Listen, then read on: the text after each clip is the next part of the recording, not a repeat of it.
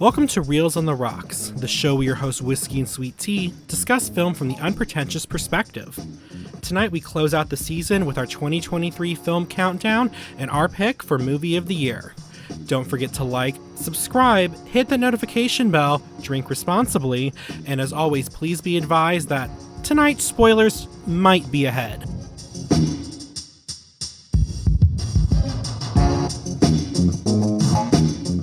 Welcome back, listeners, to one final hurrah. It's that time of the year again. Isn't that right, Whiskey?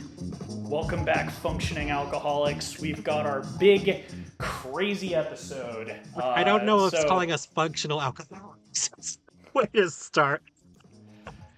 For this episode, it's the only way to start. So that is true. That is true. For anyone who has not listened to our previous year's episode, or if this is your first episode listening to our show, this is essentially something I devised last year that would be fun, interactive, and a great way to talk about new movies, because we never talk about new movies usually on the show, although that can change if anyone decides to tweet at us or comment on our YouTube channel or whatever. But I figured last year, and it seemed to be a hit, let's review all the movies we saw from the previous year that were released in that year, and we turned it into a drinking game. And the rules are very simple. If you are of age, you can play along, or if you're underage, you can drink something non-alcoholic, whatever. But basically the rules are simple. If you have seen the movie that T and I are talking about, you take a drink. So if you watched a lot of movies this year, drink responsibly, because we we have seen a lot of movies. I don't know about you. T and I will be playing against each other. So, if I have seen a movie that T has seen, we both drink, and vice versa. So, without further ado, because this is going to be a long episode, I'm going to kick it off. Last year, I had like 2 movies from the previous year that I just wanted to talk about. This year, I have 1. I don't know about next year. I don't think there's going to be anything, but we'll see. I just felt like it was at least worth talking about. Avatar: The Way of Water. T, have you seen this movie? I did not see that one. But my final, rating is going to be 3.5. And also, for those who are just tuning in, we are kind of making fun of Siskel and Ebert on this show. So it's out of 4 stars. So anything 3 and up is going to be best movies of the year. Anything below 2 is going to be the worst. And if it's between 2 and 3, that means it's just okay. So it's out of 4. So 3.5 is almost perfect. Yeah. Yep. That's pretty much all right. it. Your turn, T. Okay. I wanted to say really quick that because I just love the name of this, I'm taking a drink of wine every time. So my brother turned it on this wine. It's called Sweet Bitch. So that's literally what it's called. That. So I was what kind of wine? Is it a red, white, Zinfandel, Pinot Grigio? Like, what is it? It's a Moscato Rosé. Nice. So that's what I forgot. See, this is me trying not to waste time because our last year's episode was so long. I'm repeating what I drank last year just because I don't want to get too messed up, and also it was tasty. So I'm doing peppermint schnapps again.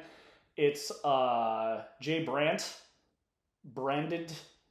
Like that's the type of schnapps, but yeah, nice and minty, tasty. Hopefully I won't get too wasted. Okay, I have my first of the year was 80 for Brady. Did not see it. It's nothing really to write home about. It was okay. It was cute. It's not something I feel the need to own or revisit. That's pretty much it. It was okay for what it was. It wasn't anything sensational. Also, I think Tom Brady funding a movie that's basically about a fan club about him is a little weird. That's just me, though. His whole fan base is weird, but that's just me. But that was his production company. That's so creepy. But go on. Man, he got his comeuppance when he came out of retirement only to have a failing season and then go back into retirement, right? Ruining his reputation. All right, so finally, the one thing I'm excited about for this episode is, I don't know, I think there were some bad movies last year, but we're always so nice because we're always talking about movies we like, or at least one of us likes. I'm sorry. I gave that a 2.5 because it was okay. There you go. Sorry. Go on. But yeah, so we're both very nice because we always pick movies that we like, and at least one of us is nice about the movies we talk about if we, you know. So one thing I'm excited Okay. about is I saw some crap this year, so I get to be mean. I have a feeling I have a feeling you did not see this, and thankfully you did not waste your time. Have you seen Plane? I didn't even heard of Plane. What's Plane? Well, my review is two words: plane crashed. Um, so I went and saw this with someone who wanted to see it. I had never heard of it. It was a theatrical release, and if you saw it, man, it is shocking that it made it to theaters. This was like a bad TV movie that somehow made it to like it is mind-boggling. Like the opening bit with the plane crashing was okay. Everything from then on was awful, and I feel so bad. Gerard Butler starred in this. My man, you can do better than this. You maybe your career's in a slump, like, and you could tell he was trying as best he could. This was garbage. Everything about it, bad story, bad acting. Like as I said, like he was trying as best he could with the material. You could tell this felt like a COVID movie. Like, oh, I don't know, let's shoot on a beach. Like, there's nothing about this. Like, none of the characters are interesting, likable. There's no arc. It's we're gonna get into this as we get later on. I've reviewed some movie, or I'm gonna talk about some movies some people have been saying are like the worst movies of the year. No, watch Plane. You think that it is this, so this is getting my thing of the worst movie of all time. I'm imposing the rule that we can't give a zero, so I'm giving it one half. One. It is no one half, not even one. My God. Awful, At that point, just awful. give it. I will let you give it a quarter. Give it a quarter. Worst movie of the year. All right, T, your turn. Okay. We got a high point for me here. The Boston Strangler. Did Um, not see it. okay. That was it was a really good movie. It was put out. Ironically, this is so weird. Okay, maybe this was Mandela effect, but I swear when because it was released streaming when it first came out, I swear I saw it on Disney Plus.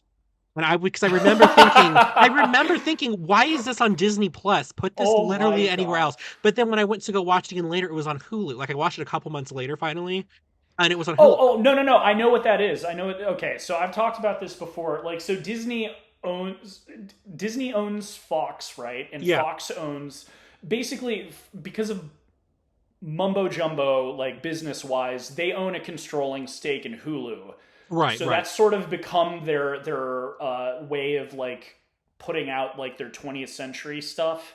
There was a time at one point last year. It might have even been. Sometimes there's some trade up. Like sometimes they have stuff on Disney Plus from Hulu, Okay, and sometimes they have stuff that's on Disney Plus on Hulu. Like sometimes they switch off. So that's why I don't okay. think you went crazy, T. I think they did that. I think it was like part of that whole switcheroo they did. Okay. Well, because they're over here thinking that I'm having some sort of psychological episode. Anyway, movie. It was about basically the two women reporters who broke the story of the Boston Strangler. It starred Keira Knightley, and I'm sorry I don't remember the name of the other woman. But it was really good. I really liked it. I actually think though the title of the movie, The Boston Strangler, does a disservice because I mean, even though it's about them covering the case, it's not really about the case. Like I don't know if that makes sense. It Um, makes sense. so I feel like not many people saw it, or if they saw it, they didn't like it because it wasn't what they were expecting. But I went ahead and I gave it a 3.25.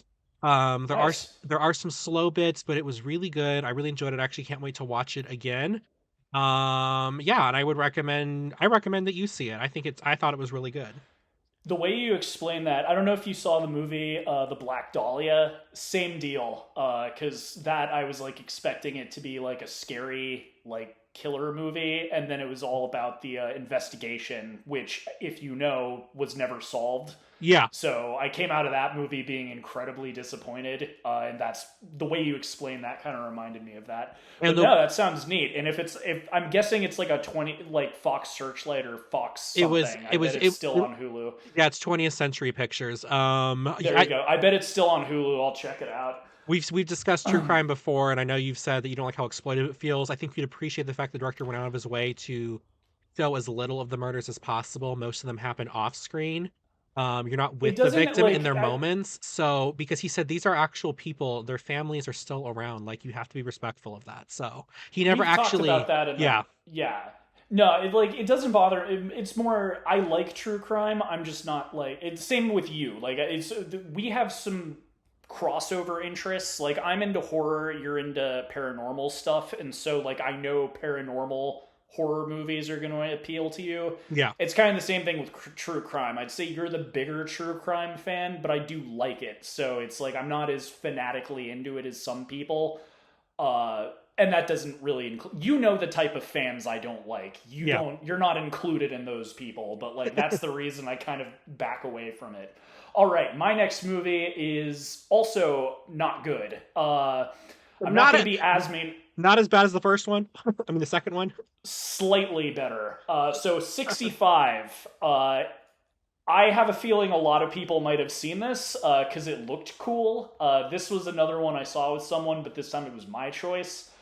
Uh, it's not a spoiler. It was in the trailer, so I'll explain it to you. Basically, the premise is like that humans came to Earth back in the time of the dinosaurs, and so we're all like actually space aliens, and we don't know it because like anyway.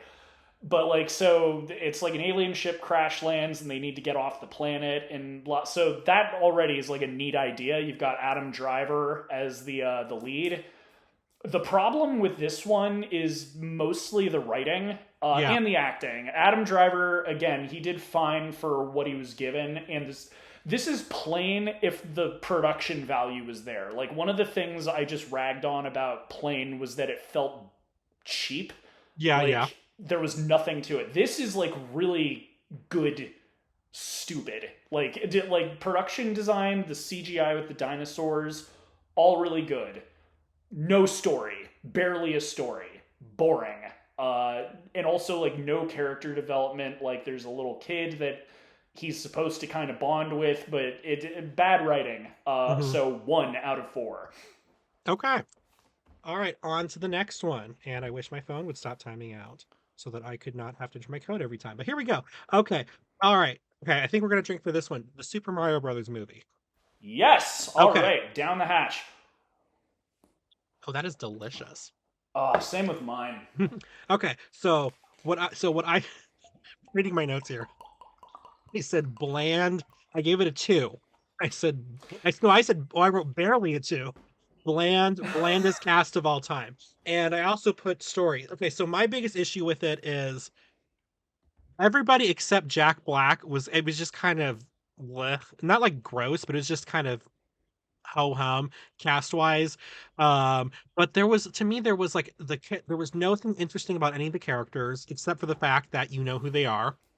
I really think it banked a lot on people just being like, "Oh, it's Princess Peach," or "Oh, it's Yoshi," or something to get people excited. But the characters really didn't have any personalities.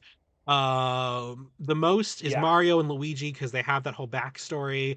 And then I feel like when they had the backlash of when Chris Pratt, when people first heard his voice in there, and people were like, "What is this garbage?"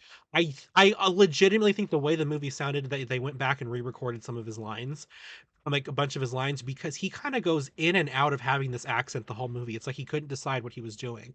But of course, Well, Jack like Black. so he at the very beginning they threw everyone a bone because that was one of the things people were complaining about was that he didn't do the voice. And at the very beginning, there's that commercial, right? Yeah, And so that's the explanation is oh he was doing a voice for their commercial, which shut me up. I was like okay whatever. At least he did it. yeah, Like okay explained away. Like oh he can do the voice. He's just it's not how he actually talks. yeah. Um, but yeah like you know what's funny is you gave this a 2. I gave it a 2. Oh, And it's the cool. same. Twinsies. So Jack, you know, the Oscars has been talking about like, oh, we need we need to add awards. What about voice performance, guys? Yeah, Voice performance for an actor or for an actress. There's 2 Oscars right there because Jack Black would be nominated. I completely agree with you. Not only did he change his voice to sound like Bowser or closer to Bowser, like he he made the movie. Everything Yeah. that was good about it was him. He was a funny villain. I loved his motivation without explaining why he captured the princess. Uh, there's like this, so there's two problems with this. One, and like other movie like YouTubers I like have talked about this ever since the 90s. Disney kicked this off, but there's been like this thing with animated kids movies to not actually cast actors, they cast celebrities. Yeah. And sometimes it works. Like the thing that really made it a thing was the genie in Aladdin. Yeah. Yeah. Yeah. And the character was written around Robin Williams, and that's why it worked, and that's why it's not annoying. But then they were like, "Oh, well, we can cast everyone as celebrities," and the parents enjoy it because it's like, "Oh, Liam Neeson is Rumpelstiltskin or something," and sometimes it like Shrek is a good example of them doing that and it being good casting. Yeah. And also like Mike Myers was doing a voice for Shrek. But like with this movie, I thought the casting was good because like Charlie Day as Luigi, he's not doing a voice, but he sounds like how I would imagine Luigi would sound. And Yes. same thing with Anya Taylor-Joy as Peach. She was fine. But no, like, and here's a little mini rant. Have you seen the Garfield trailer? I have not seen it yet, but I know he's in it. Oh, I was mad because that's the thing. I was upset at clicked that on the too. trailer because I was curious, and I was like, "Oh wow, this looks really good." The second Garfield opened his mouth and Chris Pratt's voice came out, I was in like a rage. Well, it's like the last time they made a movie, they put a celebrity in it. It was Bill Murray, but Bill Murray's voice, because he wasn't really doing it. He was just doing the Bill Murray voice. He does. He sounds like Garfield. He sounds like Garfield from the original series that everyone remembers. Exactly, and that's the thing, right? So Garfield was a comic strip. So the cat sounded however you imagined him to sound, but the first time he was ever in a cartoon show was the 80s, Garfield and Friends. That is what everyone imagines, it like, bemused middle-aged man. So Bill Murray made sense. And that's like a funny story for another time, but he was kind of tricked into doing that movie. However, he works. Yeah, but he works. I am Chris Pratt. Stop Hollywood. Stop with the Chris Pratt. He's not. He's never going to be the. They're trying to make him the it guy. He's not going to be the it guy. I think I'm mad because I know everybody is going to go see that Garfield movie regardless, and that's going to teach them that they can just keep putting him in things without having any regard for the character, and that annoys me. It's a shame because it looks really well animated. I really hope that Garfield movie bombs. Yes. It'll probably be something we'll be talking about on this episode next year because I'll have to see it because I'll want to talk about it and say whether it's good or not. But no, it's funny. You talked about a lot of the things I was going to talk about with this, and we both rated it the same. The other things that you were talking about, I think, are kind of... I want to like Illumination.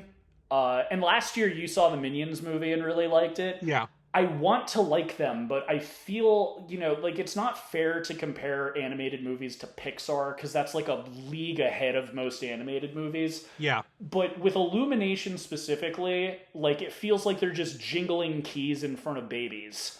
And like they put no effort in. It's all just about like cute moments for kids to laugh at. Yeah. And there's we've talked about Laika, who I love their animated films. There's an animated film later in my, this episode I'm going to talk about that's great. Also DreamWorks for the most part. Like, I don't think they're always on the same level as Pixar, but they try. Like, I haven't seen the Trolls movies, but everyone who's seen them is like, no, they're good. There's actually like a story and characters and like, and even like having, Justin Timberlake, it makes sense because the whole thing with the Trolls is they're very musical, so having like a pop star voice one of them makes sense. And that's the thing, like the movie was good. I think it's cool that like video game movies are starting to get better. I wouldn't say good, I would say serviceable, because the best parts of it I think were like what you talked about, the jangling keys were the obvious references to the game that everybody's going to get. Exactly. When they would rotate the screen of that thing that basically looked like, but newer audience, they're not going to get that. They're not going to know what that is. And so that's more of just eye candy for us.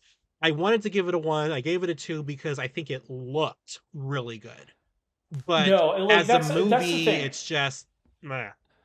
I can't say it's a bad movie, and that's why I give it a 2. It's fine.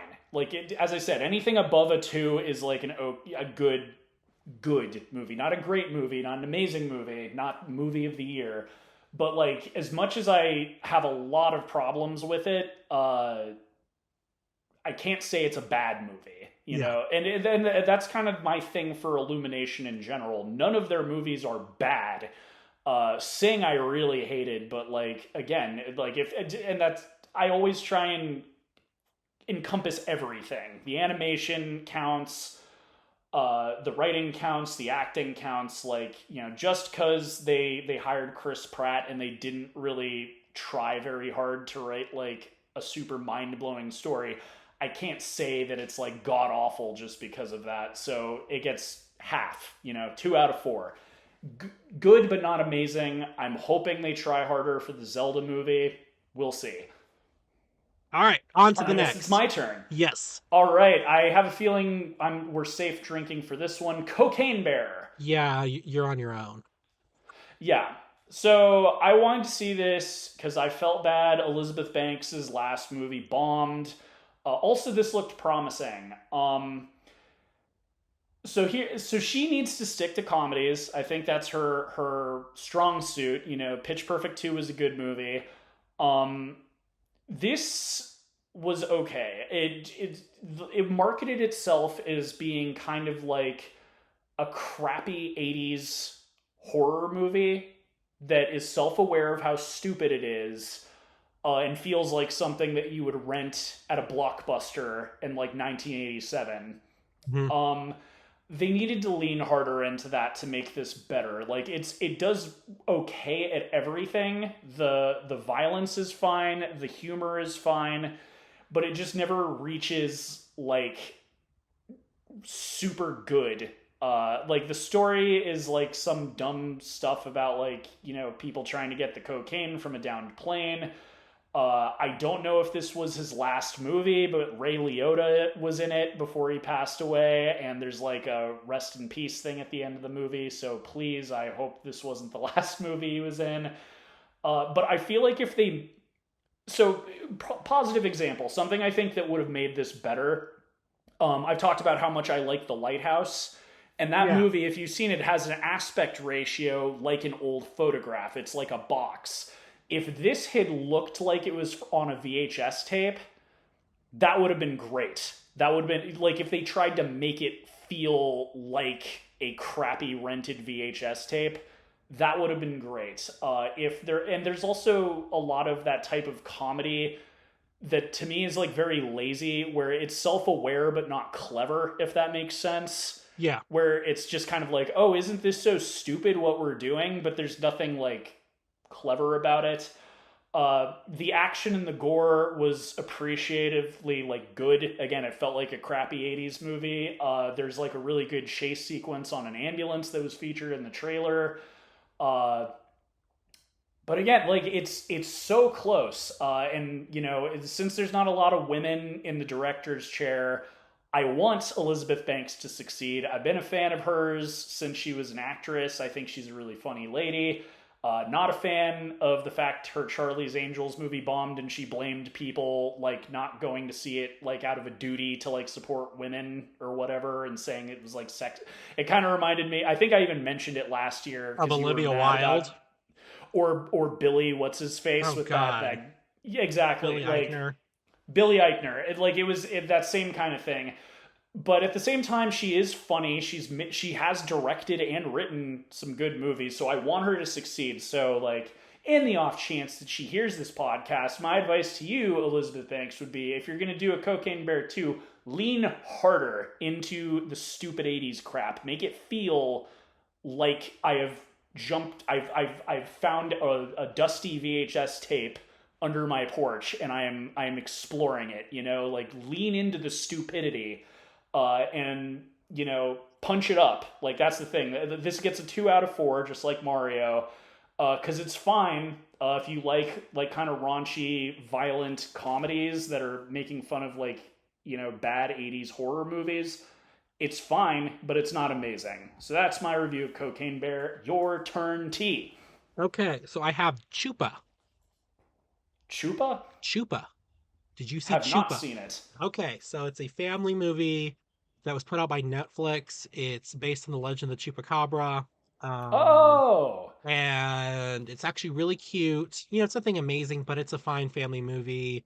I really enjoyed it. I watched it with my family. I thought the little animated um chupacabra was so adorable, and I did really appreciate the making kind of a Hispanic leaning family film. So I'm gonna give it a 2 out of 5. I mean 2.5 out of 5 because it was much better than Mario. It wasn't as good as a 3, but it was a fun family movie. I think it's just a fun watch. It's not super long. Check it out, but it's a fun movie. nice. All right. So I feel like you probably haven't seen this. Dungeons and Dragons: Honor Among Oh Thieves. my god, I forgot that came out this year. I wanted to see that. Okay, so Oh, you haven't. Okay, I'm safe on so upset. drinking. Okay, yeah, but still give your honest review. I still want to see that because I have Well, lots of friends you're who do going to want to Dungeons and see it Dragons. even more because my goodness, this was awesome. This was like the first genuinely amazing movie of last year. It's so good. You do not need to be like a Dungeons and Dragons person. You don't need to like so when I saw the trailer for this, I had high hopes and I was thinking to myself this feels like Guardians of the Galaxy but fantasy.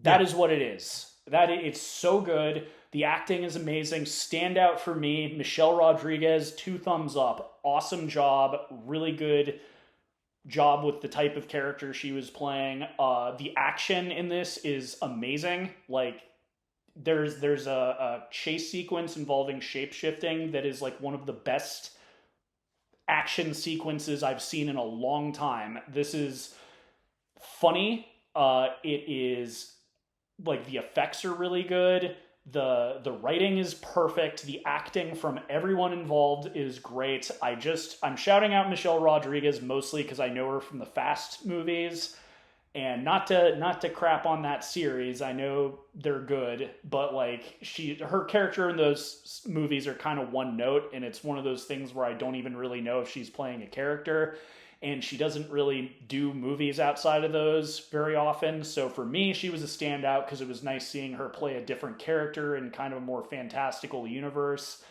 But really good. One of the best movies of the year. Genuinely, 3.5 out of 4. awesome, awesome. Okay, yeah, I really wanted to watch that. I'm so mad I forgot about it. Okay, maybe you'll drink to this one. We'll see The Pope's Exorcist. Nope. Oh I my almost saw it. god! Yeah, no. So, do you know what's funny? I think I might have been the reason you saw this because I was telling you, like, oh, wow, this looks really dumb. And it looks. Anyway, I'll let you. Well, How first was it, off, T? it's based on a true story. Um, well, it depends on, what you believe in, spiritually or religiously or, you know, whatever it's called, realm wise. But, this is based on, I forget what his name is, but it's a very storied exorcist, and he performed like tons of exorcisms in his time. I thought it was fine. Once again, wasn't blown away by it. But I enjoyed it. Um, but Okay. I don't think it's going to become like a staple for me. Of course, I also watched this like 9 months ago, so I'm like, I could watch it. I could watch it and be like, oh my god, this was so much better than I remembered. Because sometimes I'm just Wait, like in T, a are you saying this is better than Exorcist Believer? it's Mario was better than Exorcist Believer. Oh Um, man. I'm still upset that that was even a thing. But yeah, I think it was a fun movie. I technically classify it as a biopic, even if it's a very loose biopic, more than a horror film. But yeah, I enjoyed it. I gotcha. Russell Crowe was good in it, I thought. So I forgot if you said was that 2 out of 4 or I gave it a 2.5 again. Sorry, if I didn't, I don't actually okay, don't two. think Okay. because since we established that 2 and under is bad. I'm like, if something is like just enjoyable, I kind of do the 2.5 because to me 3 is something else entirely. But go on. I gotcha. I gotcha. All right. I think we're safe on this one too. Renfield. Okay, that was on my list. I didn't get to it though. Um, Okay. So this was Pretty good. It's like it's kind of in the same vein as Cocaine Bear, where it's trying to be kind of a raunchy comedy with horror elements. Uh, my only real gripe is that the story was kind of lackluster. I loved, and this is why I went to see it too. I love the idea of Renfield being like in an abusive relationship with Dracula. That's very funny. And it's a funny way of viewing the character because it kind of makes some sense. Uh, and this is the same, so it's James or Holt, Nicholas Holt, that's his name. So Nicholas Holt is Renfield, and I believe this is the same director that Nicholas Holt starred in Warm Bodies. I believe it's the same guy. Okay. And that movie was Romeo and Juliet with zombies. This is the same sort of thing, and that's why I'm pretty sure it's the same director.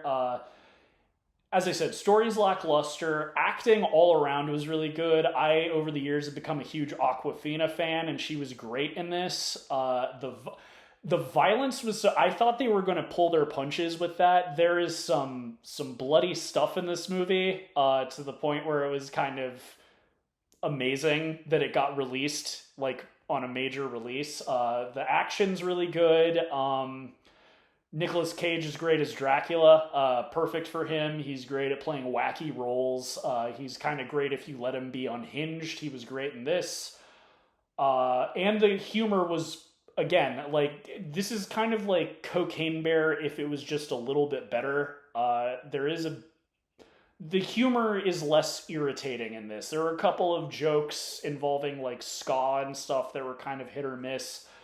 But there's some funny pun humor. There was some good like splat stick. And anyone who watched our Evil Dead 2 review, I wouldn't say it was like mind blowingly good, but it was what Cocaine Bear should have been. That being said, it was okay. I gave it a 2.5. Okay. I figured you were going to see that one. I saw, remembering the trailer. I remember remembering it because I think one of the actors in the support group, uh, is also one of the ghosts on Ghosts. So, Yes, I think you mentioned that when I sent you the trailer like months and months ago. okay, I'm pretty sure you're safe on this one. Um, are you there, God? It's me, Margaret. I almost saw it. I think there was like a lot coming out at the time, but it looked good. How was it, T? So I gave it a 3. I really liked it. This is really kind of um because I have a love-hate relationship with coming of age movies. I feel like I never really relate to most coming of age movies, and I really kind of related to this one. It's The it's book is a classic. I yeah, the know book it's is a not something I read, but I know it's like a beloved classic kind of children's book. yeah, I think it was by Judy Blume. Actually, I'm looking at it There right you now. go. Yeah. But it was really good. I really enjoyed it. I One of the things I really liked about it is I related to is they really played up, kind of this girl's understanding of what it means to be a good person, and whether or not religion has a place in people's lives. And actually, I think the fact that she chooses to at the end, I believe, remain agnostic instead of choosing a faith, I thought was really interesting. And I haven't read the book either, but if that's in the book, that's actually pretty forward thinking, I think, for the time period. Because if I remember, I think this came out in like the 70s. Um Really good. Kathy Bates was in it. I forget what the girl who played Margaret. She was really good. But like I said, I was like, oh my god, yay, a coming of age movie that I can relate to. I really liked it. Nice. So three What was out your 3 out of 4. 3 out of 4? Yes. Gotcha.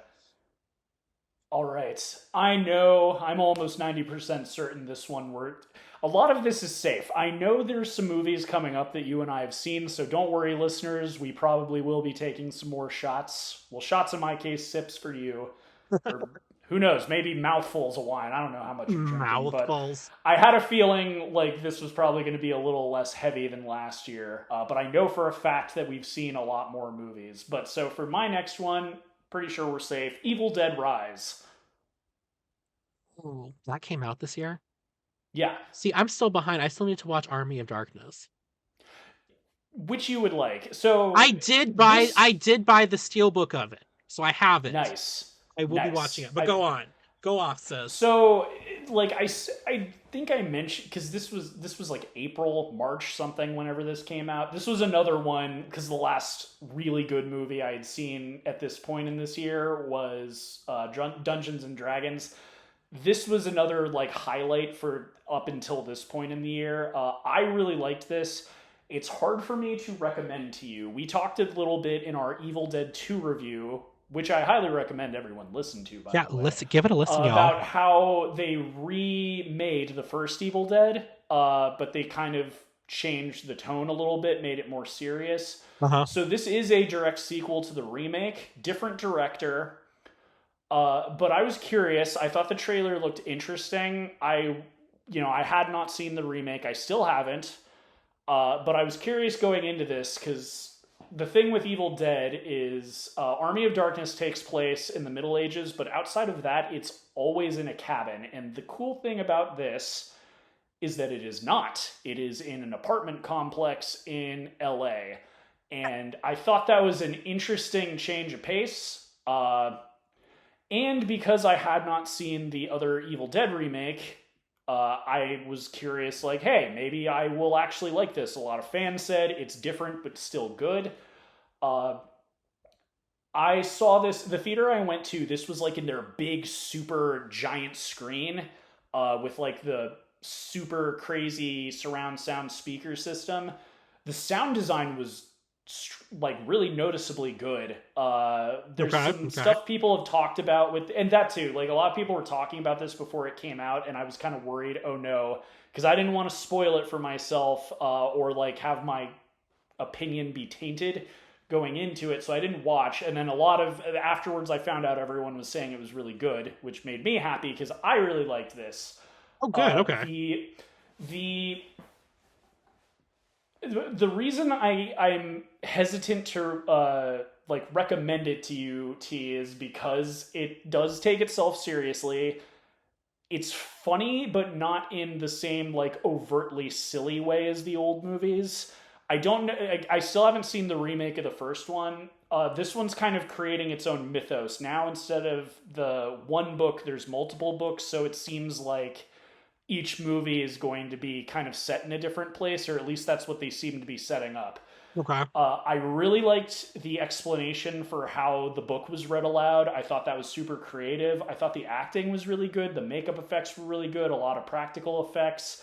Very violent, which is another reason I hesitate to recommend it to you because like the old ones are violent, but they're so violent they're silly. Well, and they're This also is sort they're like 80s violent with the neon blood. exactly this one. There's a lot of colorful lighting. Uh, it's hard to it's kind of like imagine, well, you haven't seen the first Evil Dead. I mentioned in our review that the first one is just as silly as the second one, but it takes itself seriously. It's kind of that except with really good effects, and that's Okay. where I could see you maybe being turned off by how violent it is. Right. But it's one of those things where you kind of have to step back and realize how ridiculous what is happening actually is. Yeah. And I'm going to coin a term that I don't think I have mentioned on this show before because there's sort of this type of horror movie, and it's so the term I'm going to coin is popcorn horror. Okay. And so what that it's not specific to one subgenre. Basically, like there are studios every year they release like high budget horror movies that are chasing a trend. Uh, and so like it kind of the definition of it depends on what era we're in. Like so when I was in high school, the Saw movies were really big because torture porn was a big thing. Oh God, And yeah. those were being released every year. They had a sizable budget after the first one, and everyone went to see them. They were always a box office success, and so they kept churning them out every year. Uh, Same thing with Paranormal Activity. Not as hyper violent as Saw, but it was also a big box office draw. they didn't need to put a lot of money into it, so they didn't. But exactly. So, and then recently, like the Conjuring movies or the Insidious movies. So it's not like my definition for popcorn horror. It has to be a higher budget than usual for a horror movie. It has to be backed by a major studio like Warner Brothers or Paramount or whatever, and it's got Mm-hmm. to be kind of chasing a trend. I think that is what they're doing with the new Evil Dead movies. They're trying to kind of emulate like The Conjuring, where there's lots of loud noises and jump scares, and there's some pretty graphic violence, and it's all about the spectacle. And I think it's working for them. I really enjoyed this. I gave it a 3 out of 4. It might not be for everyone. If you're like super sensitive to violent movies, probably not going to be your thing. If you're like a die-hard old school Evil Dead fan, it's probably not going to be your thing, because I know some people didn't like the remake. But I liked this so much that I kind of intend on rewatch or watching the remake, because if this is what that one is like, I kind of like it. Okay. So I'm glad you got to see, because I was worried for your sake that it was, not going to be good. But as you said, it was really good. You really enjoyed it. Even like, the direction they took it in, you really enjoyed that also. I've been Um, meditating on it all year, and I settled with a 3 mostly because I'm like, okay, whiskey, like this is your taste. You can't give it like I really enjoyed this, but is it one of the best movies of the year? Maybe not. For horror fans, I think they'll really like it, but like that's where I didn't give it a 3.5 or a 4, because it's like I really enjoyed this, but it's probably not for everyone. So 3 out of 4. cool, cool, cool. Now on to the next. Okay, I think we'll drink for this one, unless you're stupid. Um, The Little Mermaid. Yep, the new one, right? Yes, the Well, new what one. am I Yes. talking? Of course, the new one. Ah, That gets deliciouser every time I drink that. Okay. So this one is a rating I kind of struggled with. So I was going back and forth between a 2 and a 2.5, because, as we previously said, 2 and under is not good. And 2 and anything above 2 is, at least good. Um, I had some issues with this movie. The yeah. acting was good. I thought adding more of the backstory for the prince was interesting. In fact, based on the backstory they had, I was actually able to connect, Ariel's mother's death with the finding of Prince Eric, which I think we were supposed to do unless I'm reading too much into it. That was really interesting. I thought like I said, the acting was okay. My biggest issue with this, and this I think is just a current cinema trend, is it was like, and my brother pointed this out first. I didn't see it at first, but I kind of see it now. Uh, is how devoid of color it was. Um, do you know what I mean? It was Yeah, it's like kinda. it's like the biggest one that stands out to me is the under the sea sequence. It was like, if you remember the original movie, it was colorful, it was bright, it was vibrant. Uh, but when it could, I don't know if they think they're trying to make it too realistic. Everything was just so gray washed, and it was just I not think vibrant at all. in the ocean, I think it was better, and there were like parts on the land, because that was an interesting thing with this one is they set it in like the Caribbean, Yeah, as opposed to like the original set in like Norway or wherever, Northern Sea, where the you know tail comes from. yeah. So there's like moments of it having color, but I kind of know what you mean. So that was an issue for me. Um, I have something about it. Like, I know they added a couple songs to it, which I didn't mind. They usually do that anytime Ugh. they remake a musical. That's like one of the few, because you sent me the scuttlebutt and I I intentionally didn't listen to it. I don't like it, and again, Everybody hates the Scuttlebutt song. I'm like the I only person who just loves it. I just said in Renfield, I'm a big Aquafina fan. I should probably listen to her music because she was a rapper before she gotten into like movies. Oh man, I did not like that song, and to the point where I felt bad because I'm like, girl, I hope you didn't write this because I bet you're No, better than this. that was a Lin-Manuel Miranda song. It actually sounds a lot like Uh, his stuff, though. Like, I'm like the well, only that's person that liked it, because my brother said literally everyone online hates this song. It was my favorite song in the movie. I loved it. I think it's just fun to kind of just sing. It was just kind of a nonsense song. but it was fine. It's So kind of funny that because I feel like I said this because I think I talked about Encanto in our year review last year, and I said like that's the thing with Lin Manuel Miranda is every time he does music, I like half of the songs in the play or the movie or whatever, and that's funny that you say he did it because it's like nope, that makes sense because if he did the song, it's like, like a 50-50 that I'm gonna like it. that tracks. Now, if I remember correctly, I think they did make a change at the end in the movie. For some reason, I'm trying. Oh yeah, in the because I remember I think in the Well, original we can't movie. spoil. We can't spoil. That's the I Okay, was teetering on the edge with Evil Dead. I just kind of gave myself a little leeway because I feel like okay, if you've seen one Evil Dead movie, you've seen a lot of them. I know there is a change in the end. There's a bit of a swap and role reversal yes, over who is the damsel in distress. We'll just say right. that much. I like Um, that. To me, it felt natural. My brother, who I saw the movie with, he hated it. He thought it felt really forced.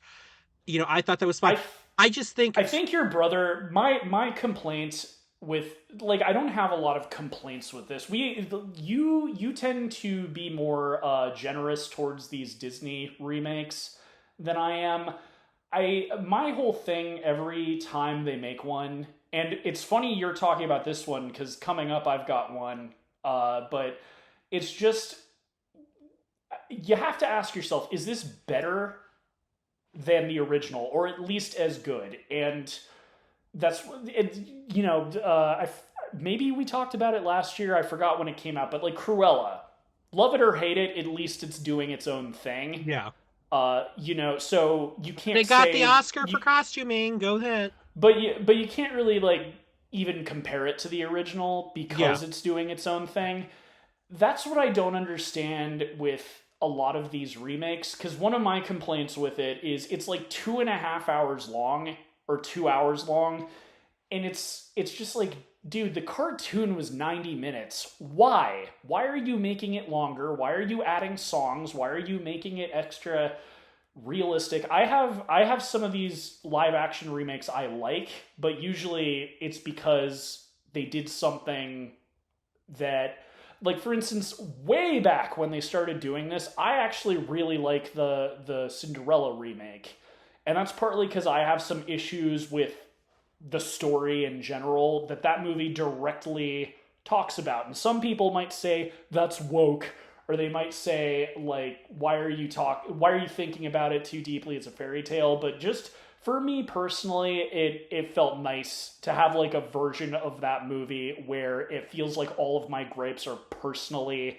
addressed. dealt exactly. And maybe that's the same with someone like this, but with all of these movies, you know, people have a very deep emotional connection to these, especially if they grew up with them as kids. Right. And I think it's unfortunate that people took the discourse with this movie to a really gross, creepy, racist place. And I Yeah. feel really bad for Halle Bailey because, frankly, I thought she was fine. Yeah, I thought she she was was one of fine. the best Yeah. things about the movie. Yeah, she was But great. I think no excuses for the people that went that direction with the criticism in this movie, but I do think people get very defensive or like they or critical. Like I think your brother is a great example because I'm sure the original is one of his favorites, so you It start to was, like yeah. look at everything through a magnifying glass, and I didn't really feel, and frankly also I watched this with my sister. It's her favorite Disney movie and she hated this. Yeah. She and hated and it also. that's where I'm like in the middle, because really you just got to ask yourself: is this better than the original? Is there a reason for this to exist, justifying its existence? That's a term I've coined on this show, and I think it kind of does. There's changes to it that I like. I think the musical arrangements, something was off about that. I don't think it was, again, Hallie did fine singing. There was just something about the instrumentals that felt off. Yeah. Some of the performances are kind of mediocre. Like, no offense to Javier Bardem, but he wasn't that great as Triton. I really did not like the voice of Sebastian. No offense to that actor. There's something, I think it's like that baritone, especially in the songs. Like, it felt weird hearing, because he has a more high pitched voice. Flounder didn't need to exist, period. I did, despite me not liking the Scuttlebutt, Aquafina, I thought she was very funny as Scuttle. I thought her voice was perfect for like the squawking stuff. So it's like hit or miss with me. There's like a bunch of things I thought were done really well, and there was a bunch of things I thought missed the mark completely. So my score for it was 2 out of 4. So I gave it 2.5 at the end because I didn't want to put it in the bad category. I just thought it was okay. Fair I enough. thought it could have done a lot better, but like, because we don't have a middle ground with the stupid rating system. Come on, Siskel and Ebert, what was your problem? Right? Um, I'm gonna give it a 2.5 just because I thought it could have been a lot better. And I don't know why it is, but Cinderella has always been the best, or if not the only good, I think live action remake they've done. And I don't know why that is. But I anytime I did talk to like the somebody Jungle about Book. okay, I didn't The see the Jungle Jungle Book Book. and Cinderella are like the two that I say are worth it. Hmm. Everything since then has either been okay or awful. Yeah, Uh, like but those are the two movies. I hated Emma Watson as Belle in Beauty and the Oh Beast. man, dude, don't even.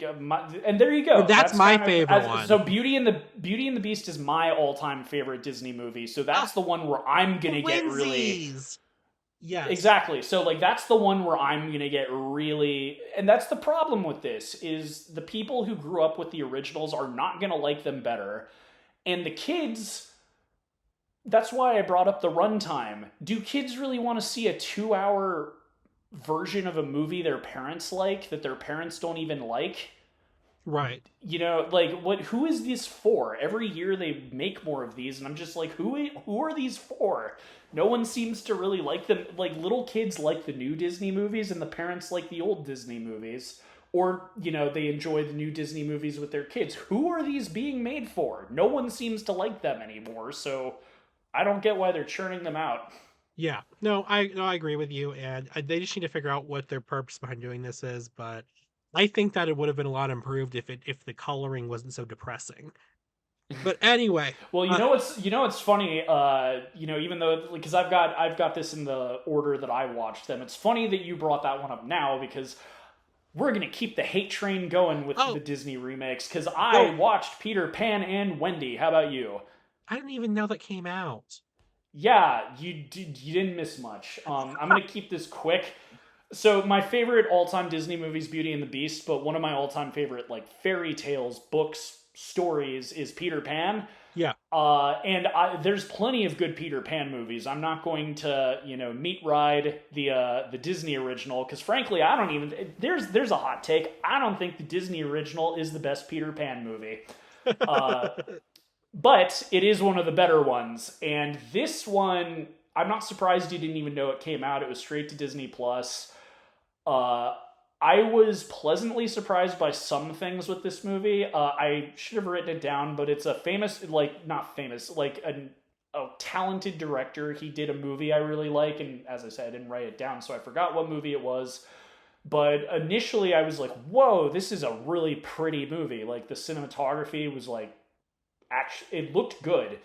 Um, but there's like bizarre things about it. It's written as if you're supposed to have already been 100% familiar with the Disney or the Peter Pan story, so you can't show this to someone who's never seen it before because it Right. kind of acts like you should know everything already. Uh, the one thing I'm not going to spoil it. What I'm going to say is they gave a backstory to Captain Hook that is Okay. so good that I have a conspiracy theory that the director wrote this as like a Peter Pan movie, like his own original take on it, and then Disney hijacked it and made him do it as like a remake because that aspect of it is really freaking good, ingenious, and like I'm not going to spoil it. And hilariously, it might even make some of you listening want to see what I'm talking about. Outside of that, it is so forgettable. There's Yeah. nothing. This does not stand on its own. And I think part of that is that it was written to be, as I said, my conspiracy theory is that this was supposed to be like an original Peter Pan movie, and Disney liked it or something. Like they somehow got their hands on the screenplay and were like, okay, you need to change this and this and this and this and this, and you need to make it this long. And because that's the other thing too, it's 90 minutes. So if they wanted to explore that aspect of Captain Hook, they could have, if they made it as long as the new, Little Mermaid movie. They could have made it its own interesting, introspective little story, but they didn't. Yeah. And because of that, it is incredibly forgettable outside of it being very beautifully shot. 1 out of 4, sadly. And the movie that you were looking for that he made is called The Green Knight. No, that was a good movie. Yeah, that's what I was saying. That was the director. That's it. Yeah, that's it. Yeah, the director, anyone who likes A24, he did The Green Knight, and then he did this Peter Pan movie, which, again, that's my tinfoil hat. I think that he wrote a good Peter Pan movie, and Disney somehow got their hands on the script and made him make this, because the Captain Hook backstory is really cool, and then they ruined it. All right, your turn, T. Okay. I tried to get you to see this one. We'll see if you actually did. Marry My Dead Body. No, I didn't get a chance. Okay. Really funny. Really enjoyed this one. It's a Taiwanese supernatural comedy movie. Basically it's just about this cop in Taiwan, who has had a ghost marriage, and is now married to this ghost of this dead gay guy. And he is trying to get out of it by solving this guy's murder. It's really funny. I laughed a lot. I did watch it. Netflix does have it in a dub, but I watched it in the original language with the English subtitles. Like I said, I laughed a lot. It was a really good time. I think you should see it. I think you would enjoy it. I do think it's about 15 minutes too long. Because like even though it's hilarious and it's a comedy first, it does have some, deeper kind of introspective moments, but I do think sometimes those can go on a little too long. But other than that, I really enjoyed it. I really liked it. I wasn't sure going into it, but I loved it. And yeah, I just think people should see it. So you should watch it, Whiskey. Go see it. Marry My Dead Body. Yes. Along with It's the on. Boston Strangler. I'll try and we'll see how many drinks I take, but I'm got some stuff to catch up on. Yes, you do. And would you give it Oh, I'm giving it a. Let's see. I really want to give it a 3, but because it made me laugh so much, I want to give it a 3.5. But I'm gonna stick with a 3. I'm gonna give it a 3. You're allowed to give it a 3. I'm gonna be giving out a couple of 3.5s to some unsuspecting, but I bet you're not even going to predict one of my 3.5s. So I will give it a 3.5 then. There you go. All right, I think I'll be safe on this one, but I don't know. Guardians of the Galaxy Volume 3. No, I was going to see it and I didn't. No worries. A lot of these I was going to see and just didn't get to it. So this is the last movie James Gunn did for Disney before he went off to be helming the DC universe. Did I say DC for Disney before he went off to helm the DC universe? Yeah. And it's like, big sign off to the Guardians movies, which have been consistently some of the better Marvel movies. Really good. Everyone, critics were saying it at the time, did really good at the box office. Everyone's harping on what a bad year Disney had. Even though they're forgetting that, like we just talked about The Little Mermaid, that broke box office records for the time of year it came out. And this did really freaking well. So yes, it was a bad year for Disney, but everyone talks about it as if nothing they did was successful. This was really good. I also thought it was really funny how a bunch of parents were concerned about like animal abuse in the movie. And it's like, what? What? First off, it's PG-13, and secondly, really, like, this is, I want to take my kids to a mindless superhero movie without any, it's just weird what parents will get upset about. Really good. Centers around my favorite character, Rocket. Yeah. It's great. It's really good. 3 out of 4. I heard not mind-blowing. I solid conclusion. Out of the Guardians movies, Volume 2 was my favorite, but this was a really, really good way to end it off.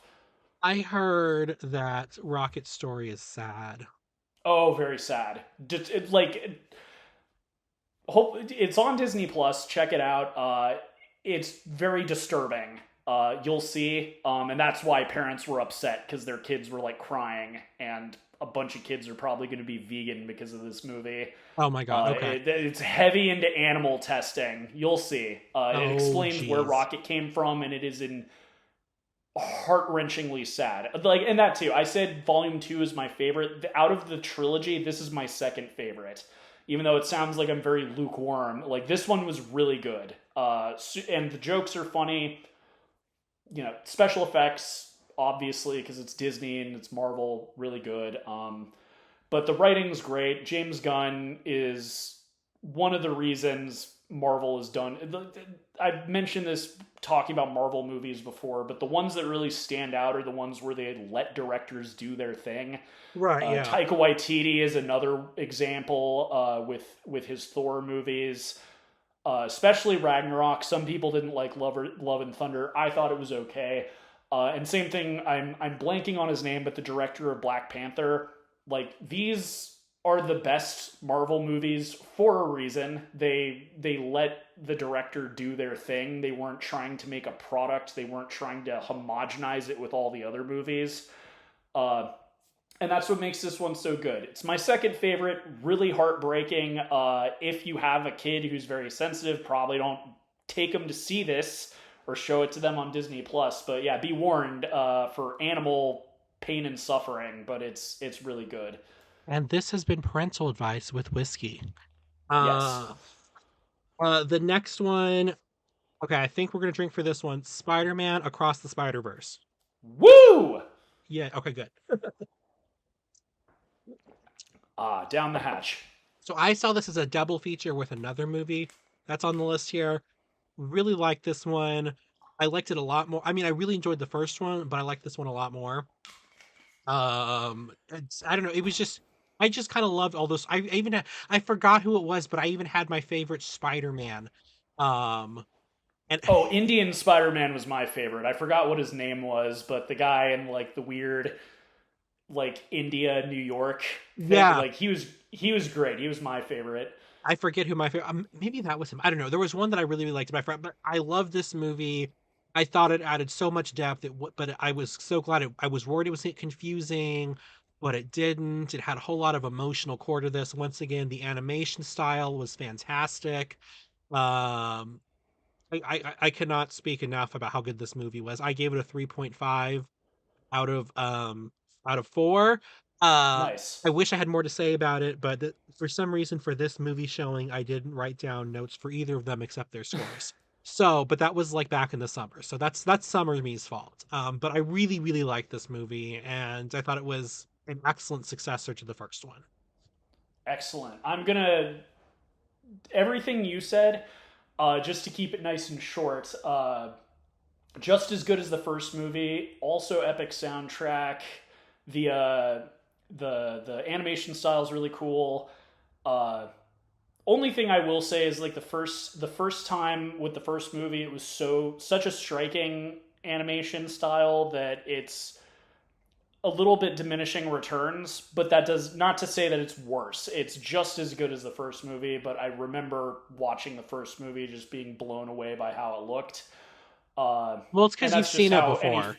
exactly. Um, my only genuine complaint with this is a little long and cliffhanger ending. So points docked for that. Yeah, Instead of talking about the movie, I gave it a 3. I think we're safe for this one. Bo is afraid. you are definitely on your own with that. All right, so this is Ari Aster's new movie. It is not a horror movie; it is a satire, and it is weird as hell. But I really enjoyed it. Um, it's it's. I feel like you wouldn't hate it. I'll get into its biggest flaw later, but like so again, without spoiling it, it's a very simple story of a guy with serious anxiety problems just trying to get to his mom's house. And the reason for him going to his mom's house changes kind of close to the beginning, but it's Kafka-esque. And I was explaining to you what that means, but it's basically this type of story and universe that was created by Kafka, the author, and it's basically like, so it usually involves a character who is he follows rules very rigidly. And usually it's in a very bureaucratic and nonsensical universe where, by the main character following the rules set by the universe, things get more complex than they need to be. Like, I'm going to buy toilet paper, but you're not allowed to buy toilet paper on Tuesday. So you need to go to the toilet paper black market. So that kind of thing. Got it. It's And like because this, of that, you kind of... It's kind of like, to me, that kind of sounds like, I mean, it's not necessarily the same, it's not the same genre, but it sounds like, just that plot of, I need something, well, I'll give you that if you give me this. So you have to go to another person. Yeah. I'll give you that, but you have to do this for me. And then it just makes it harder as you go on to get whatever you wanted to get done. Yeah, the thing with this movie is it takes place in a totally fictional universe that has its own internal logic, and you kind of need to roll with the movie's internal logic. And, I read an interview with Ari Aster after this. This is he's been wanting to make this movie since he's been making movies. Like, this is like his magnum opus. And I believe, I hope I'm not misremembering, he does, I think, have like anxiety issues, so this is supposed to be kind of about that. It's about a lot of things, and he's paying homage to a bunch of like weird indie movies that he likes, stuff from the Criterion Collection and things like that. But it is funny. It might not be funny to everybody, but if you know it's supposed to be funny going into it, like the way I described it to you and other people that I was recommending it to is you get really invested in what's going on to the point where you start feeling uncomfortable. And then you kind of realize how absurd and ridiculous what is going on is, and you start laughing about it because it's like, wait a second. There's no such... Why wouldn't you be able to buy toilet paper on a Tuesday? Yeah. And that is what is good about it. I feel like it's a very...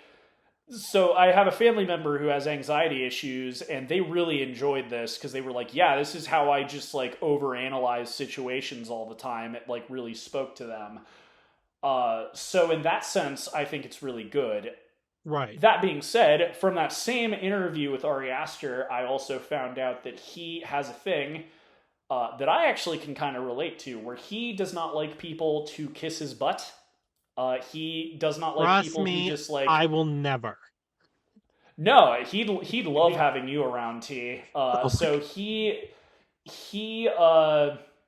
likes it when people are like extra critical of him. So that being said, Ari Aster, if you listen to this podcast, your movie's too long. You need to... It's 3 hours long. The first 2 acts are perfect.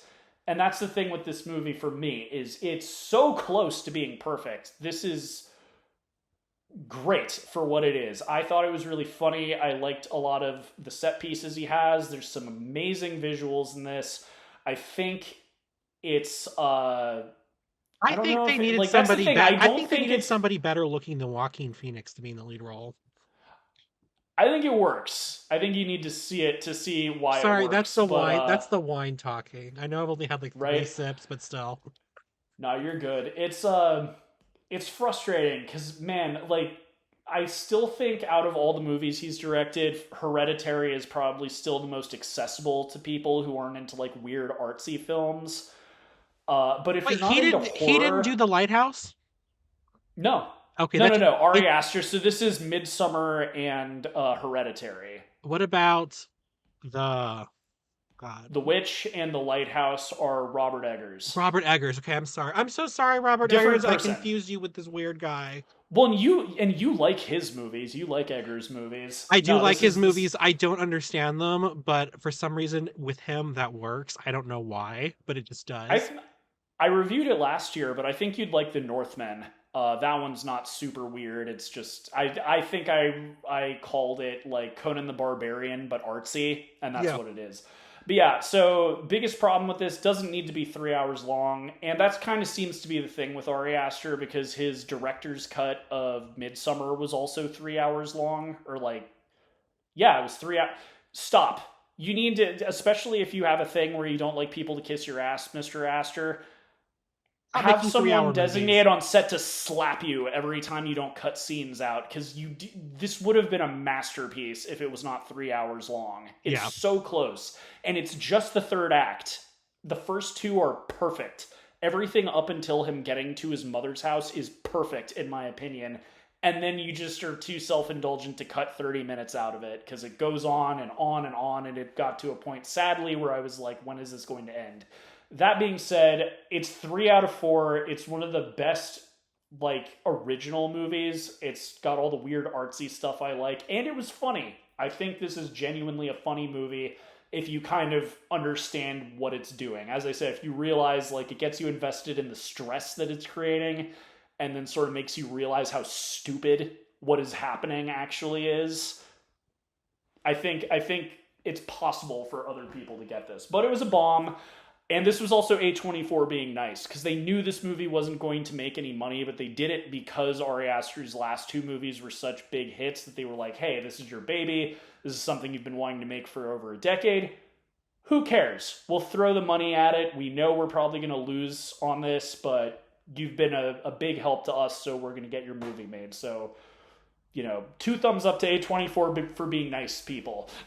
But yeah, 3 out of 4. Really liked it. Not perfect, but really dang good. Okay, the next one I have, which I'd already had dropped before, Flamin' Hot. Did you see Yep. it? Take a drink. Yeah, you saw it. I was trying to get you to see it. Of course I'm going to see it. One, Okay. because you recommended it, and 2, because that way guaranteed drinks for the show. That's really why he takes my recommendation, so that we can drink together. Well, I was genuinely, because before you recommended it, I saw the commercials and stuff, and I thought it looked.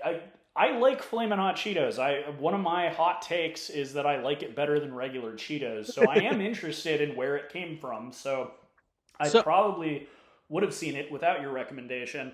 So I really really like this because I feel like now of course I can only speak about what I see mainstream wise. I'm sure there's some indie films or something else. It was like the most positive Hispanic portrayal I'd seen in like a mainstream movie in a long time, because I still feel like even though we've made progress socially as far as acceptance, different races and the need for representation, I still feel like the only like movies and TV shows anybody ever takes seriously regarding Hispanic people are usually ones about like drugs. And I'm like, we're not all drug dealers and drug lords. Or like anytime they film something in Mexico, they always put like, this weird brown sepia color crap over it. I don't know why they do that. But this was really made me feel seen and validated. I thought it was a really good story. I liked the acting in it. I liked the story. I liked, the positivity it created. Um, and I really think we need more movies like this. Now that being said, I know you and I had a discussion about whether or not the story, if it's It's actually all good. factual. We've both talked. The whole based on a true story thing is very silly. I've even got some potentially good planned, themed pairings for next season. But it's something you should take with a grain of salt, or a giant cup of salt. Like even one of our mutual favorite movies of all time, The Exorcist. Yes. Like if you look up the actual story that it's based on, like nothing, whether you believe it's true or not is completely separate from the facts of what supposedly happened. Yeah. And it's the same thing with every single movie based on a true story. So if it turns out the guy is exaggerating how involved he was in the creation of Flamin' Hot Cheetos, whatever. Join the club. Every based on a true story.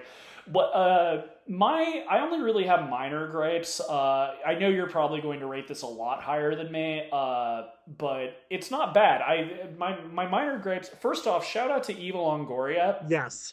Do you know if this is her directorial debut? For some reason, I'm thinking it is. You keep reviewing, and I will double check that really quick. I assumed it was because I haven't looked. Maybe I did when I was watching it. I feel like it is. Great job. My only real issue is like the writing was a little cheesy for my taste, which makes sense between the two of us. You kind of like, hokey kind of TV writing. Not a problem, just a difference in taste. Really good production value. Yeah. Like this felt like a TV movie with AAA movie budget behind it. Yeah. Which makes sense with it being like, I think it did get a theatrical release briefly, but it was pretty much just straight to Disney Plus. Yeah. But yeah, like, I mean, for what it is, I thought it was interesting. I don't know how accurate it is to how the snack was created. Obviously, the guy really did become, a higher up at Frito-Lay, so he probably did do something important for them to do that.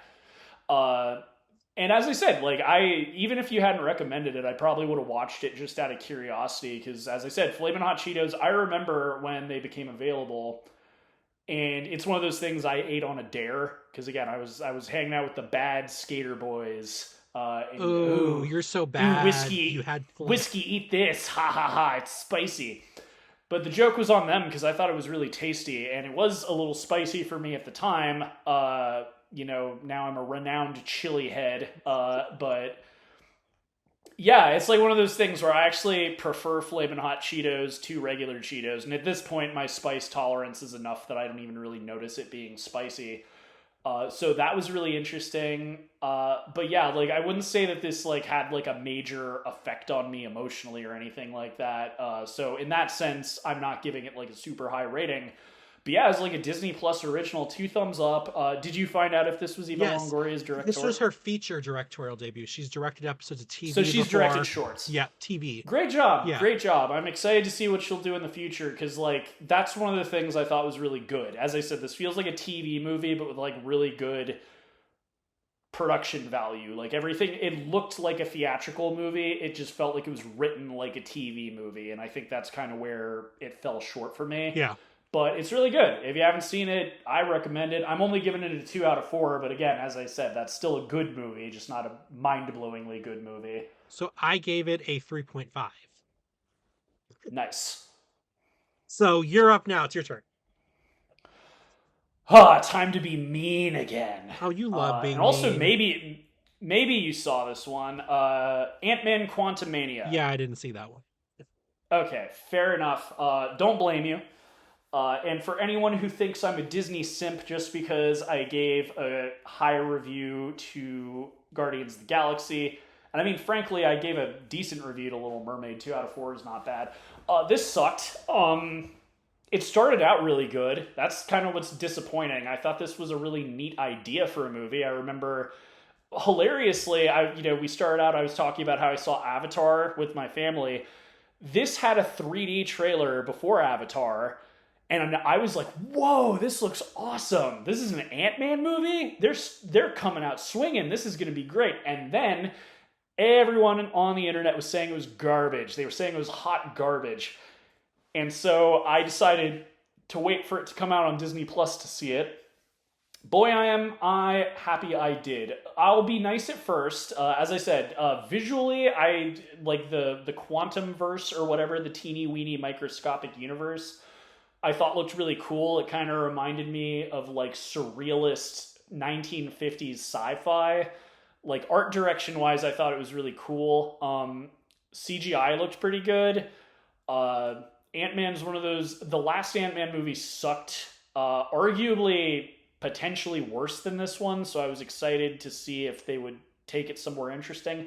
They didn't. This was also the first introduction into their new super intergalactic multiverse threat. Kang the Conqueror. And for anyone who is aware of the actor's issues in real life, yeah, that's probably not going to continue. Yeah. Which is kind of ironically he was one of the standouts of the movie. I thought, like, despite me not liking the movie very much, I was like, wow, this guy is actually threatening. He has a line of dialogue when he's fighting Ant-Man that was really cool and also showed that he has potential to do real damage. Um, and it's a shame that I think it's Jonathan Majors is the name of the actor. It's a shame what he allegedly did and potentially derailed everything because he did a good job, Yeah. despite him being potentially not a good guy in real life. But outside of him, the movie went off the rails, after the first 30 minutes and just got boring. And until the big fight with the bad guy at the end, there wasn't really anything major going on. I feel like Paul Rudd phoned it in. I feel like everyone involved phoned it in. It seemed like they were setting up his daughter to take up the Ant-Man mantle, which, here's the thing, like, you're not really into the whole Marvel universe thing, right? T, you've seen a few of them, but you're not really like watching them No, but I really religiously. respect what they do, and I am still very upset that Endgame did not get the Best Picture nomination. And I I don't, thought it did. and no, it didn't. I think it did. No, it It didn't. didn't? It did not. That is interesting. I could have And sworn I'm it did. not, and I'm Anyway, not being sarcastic. I'm not, superhero movies are not my thing, but I am still genuinely upset it did not get a Best Picture nomination. But let me confirm, so the go same on. just something I've noticed: the same people who like hated Halle Bailey being in Little Mermaid talk about how woke and feminist and whatever Disney's being. I'm into diverse casting, especially in these superhero movies. I just noticed, and I can't talk about them with you because you're not as up on them as I am. Every person they seem to be replacing a main hero with, if it was all like diverse people, that'd be fine. It just seems to be white teenage girls. I don't get why that seems to be the thing. It's like that's not diversity. It's like they're all whites, they're all women, and they're all like 14 years old. Kamala Khan gets a pass. Okay, I okay. have not. I like she one because she is Muslim, brown skin. Also, from what I hear, the actress is great. I know that she was a big Marvel nerd before she was cast, and she actually cosplayed as Kamala Khan. So awesome! And that's like one of the few new characters they've released. She has like a Disney Plus show, and everyone is like, she's great. She's lovable. She's cute. The fact she's like a superhero fangirl who got superpowers is like a cute little thing. And even though everyone hated on the Marvels, spoiler, I didn't see it, so I'm not going to be reviewing it this episode, but everyone said she was like the only good thing about that movie because everyone likes Kamala Khan. Yeah, And she gets passed because she is not white. So even though she's a teenage girl, at least she's not white. I just yeah, find yeah. that weird. Like they're talking about diversity and but it all seems to be like white teenage girls. I don't know. That's just my take on it. And there's a couple, like Shang-Chi is a new character they've got, and he's an Asian man. I don't know. Doesn't seem very diverse so far. It just Yeah. seems like they're all just switching genders and making them teenagers. So I just find that weird. But yeah, so And then 1.5 out of 4 and then just to for confirm, Ant-Man. Endgame will only receive the nomination for Best Visual Effects. That is interesting. Uh, I'm surprised because like Black Panther got nominated for Best Picture, so that is weird. Anyway, that being said, I'm moving on to the next one. Indiana Jones and the Dial of Destiny. Drink, Yay! bitch. You did see it! But I feel like That's the magic of Disney Plus. A lot of stuff is available. I know, I but didn't see it in theaters, but I did see it. I did see this in theaters. I really like this movie. A bunch of people were down on it, and I have no idea why. I really like this movie. I thought it was a nice end to the franchise. I thought people were like, "Oh, we don't want to see old Andy." Well, he's old now. That's just what it is. This was his last hurrah. They make it a big deal. This is where he would end up with that character. This is how he, like, to me that was completely realistic. And My really only complaint with this was the extended intro at the beginning where we get to see young Indy go on a mission that kind of relates to the whole movie. There were a few scenes because they de-aged him. There were a few scenes where I could tell I mean, he was obviously de-aged, but you could see the effect happening, or he would turn and it's like his face would age for a second. It was weird. Well, what drove me crazy was that they didn't change his I voice. know It's like this everybody was like, 80-year-old man's voice voice coming out of a young face. I'm just like, really? You're not even going to like, de-age the come on. voice, but I really liked the story. It was bonk. People were like, the ending was too bizarre. I'm like, really? What about the Ark of the Covenant melting people's faces? That was pretty bizarre. To me, that was right in the ballpark of what Indiana Jones is. I loved the ending. I loved the movie. I guess I do have another complaint. I thought it was a little darker than some of the other Indiana Jones were, but maybe again, that's just Not me. darker than Temple of Doom. I don't know. I don't remember them being as dark as this, but I haven't watched Temple of Doom in forever, but I really like this.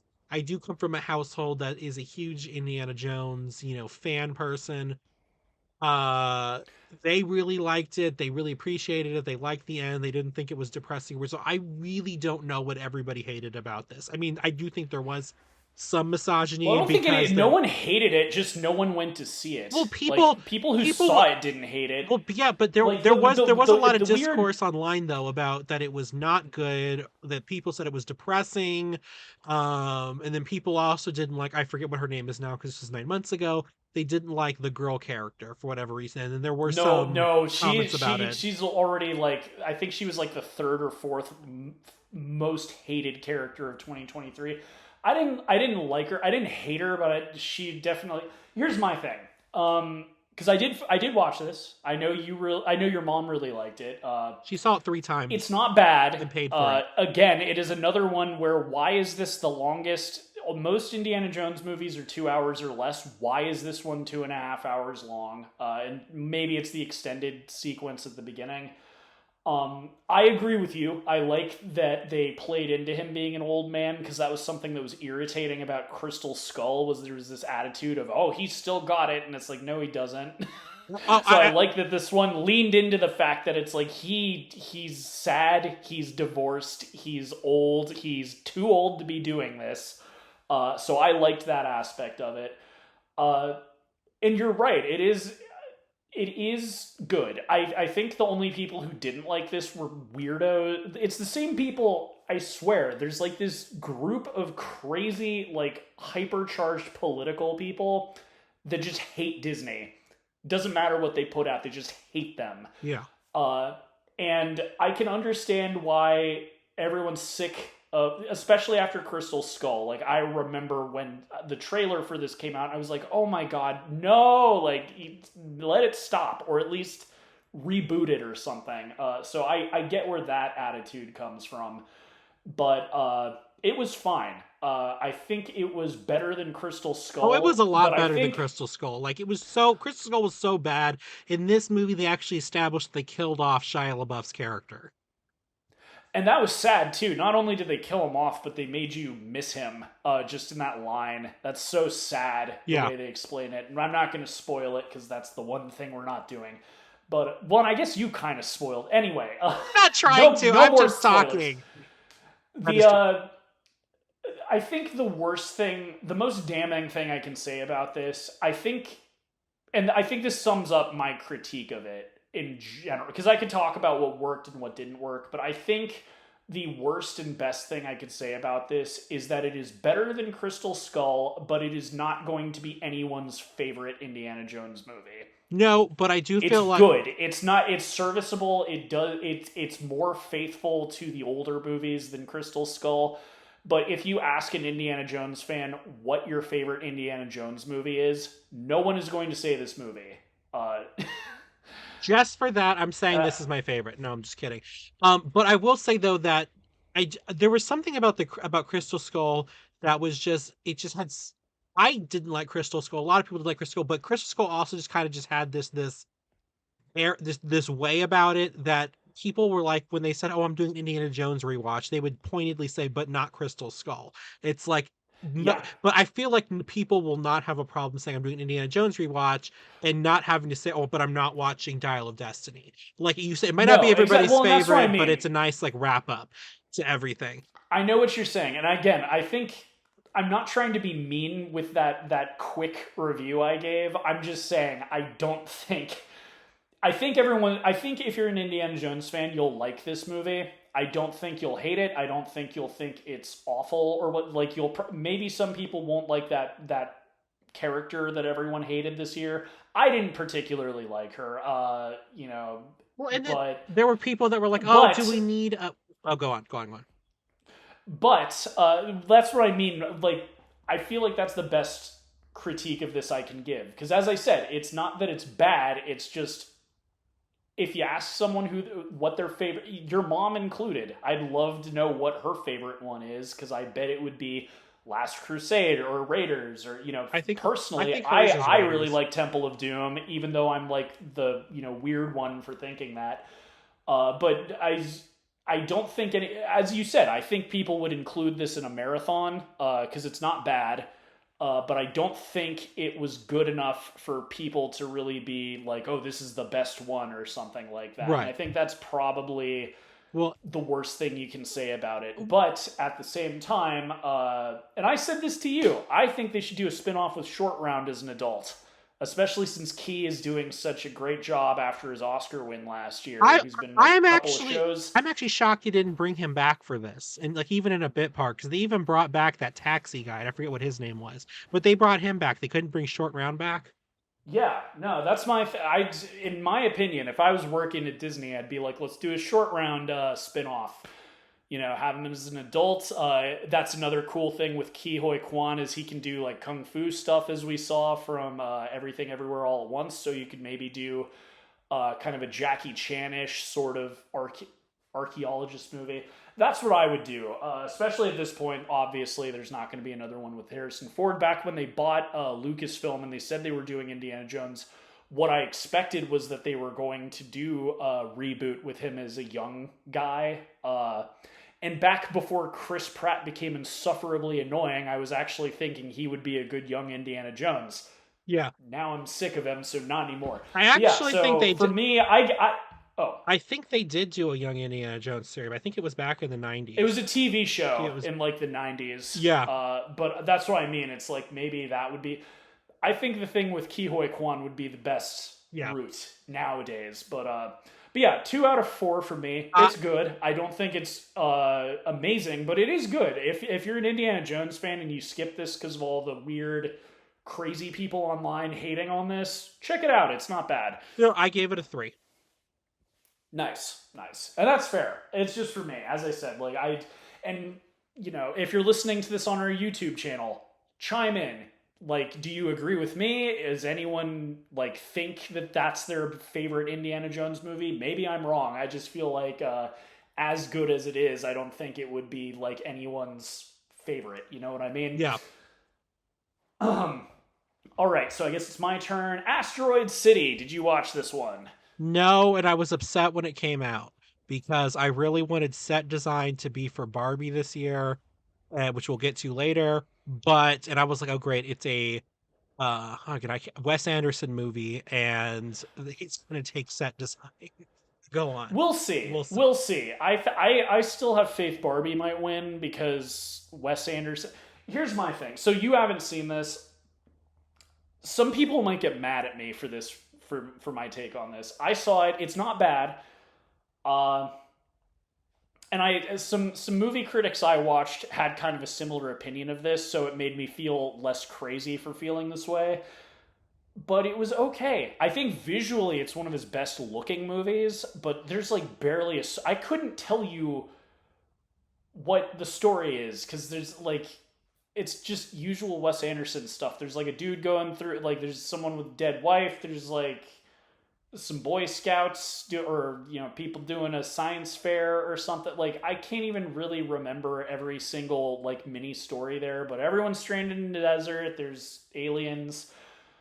It's good. I like if you're a Wes Anderson fan, this is not going to disappoint you. Yeah. That being said, it just didn't really like wow me as far as the narrative went. The framing device was interesting. I'll say that much.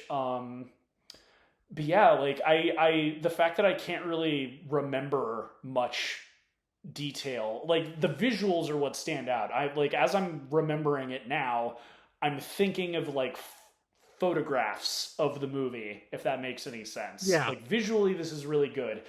And I agree. I think it'll be nominated for best production design and probably cinematography and other stuff. But outside of that, I don't think it has much going for it. And I know that's weird coming from me, always talking about cinematography, and it was really good. But yeah, for me, 2.5 out of 4. It's good. It's just not Wes Anderson's best, and it didn't really blow my mind.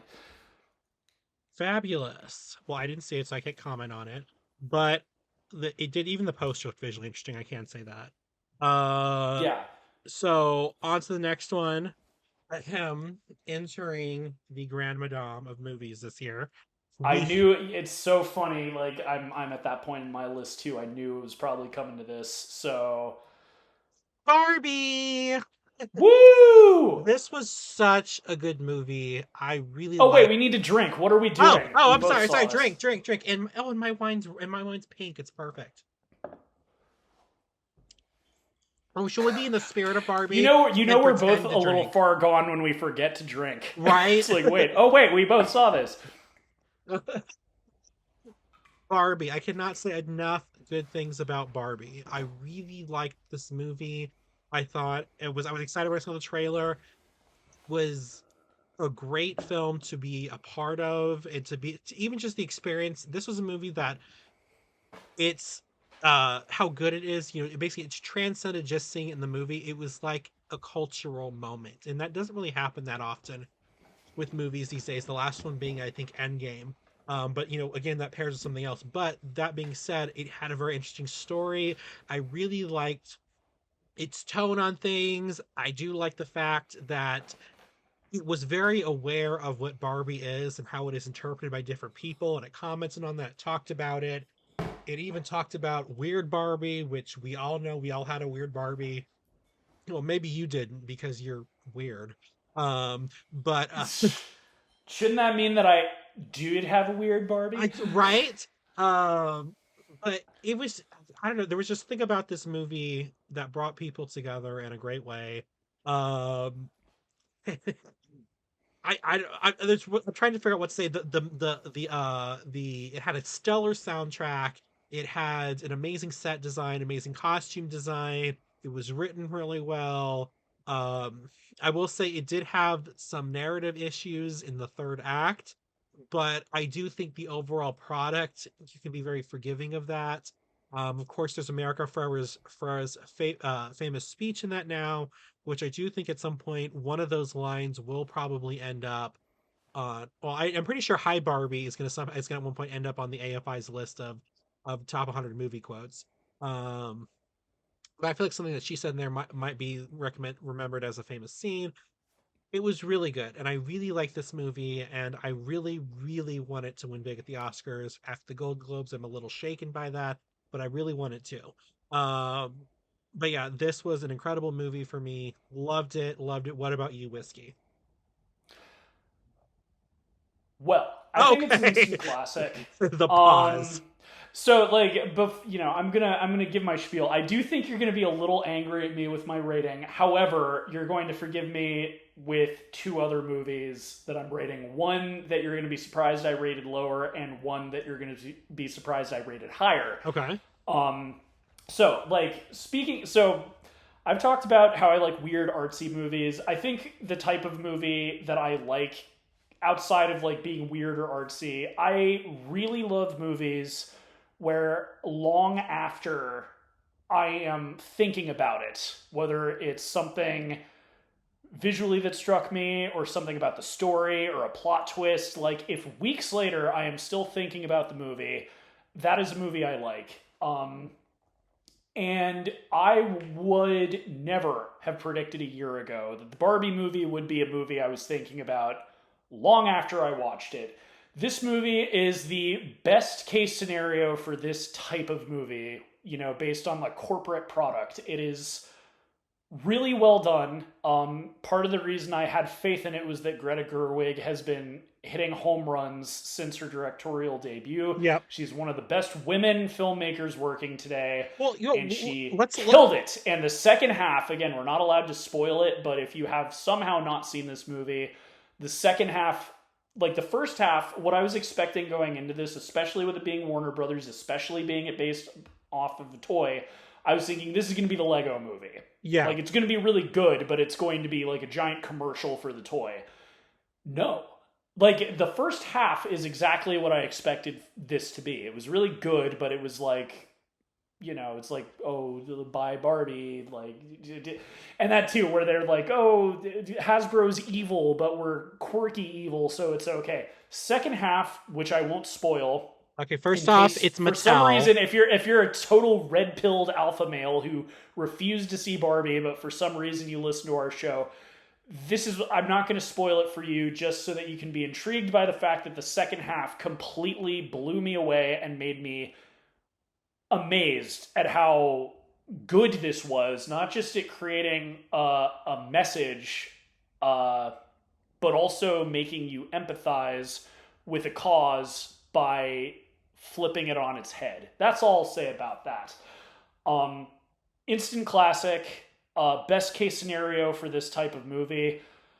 And Greta Gerwig is proving herself to be one of the greatest directors of all time. Hopefully she keeps going. Right. I was about to say, we don't need to I also thought it was her cute. As a woman director. We can just say director. Exactly. No, and that's hopefully where we're headed with this. I also thought it was cute that her husband helped write it. And so Noah Baumbach co-wrote this with her, which I thought was cute when I was watching the credits. Yeah, I mean, like, my only real criticisms with it are just kind of... Go on. How do I put this? Oh, of course, you can't think of any because it's amazing. No, I'm just kidding.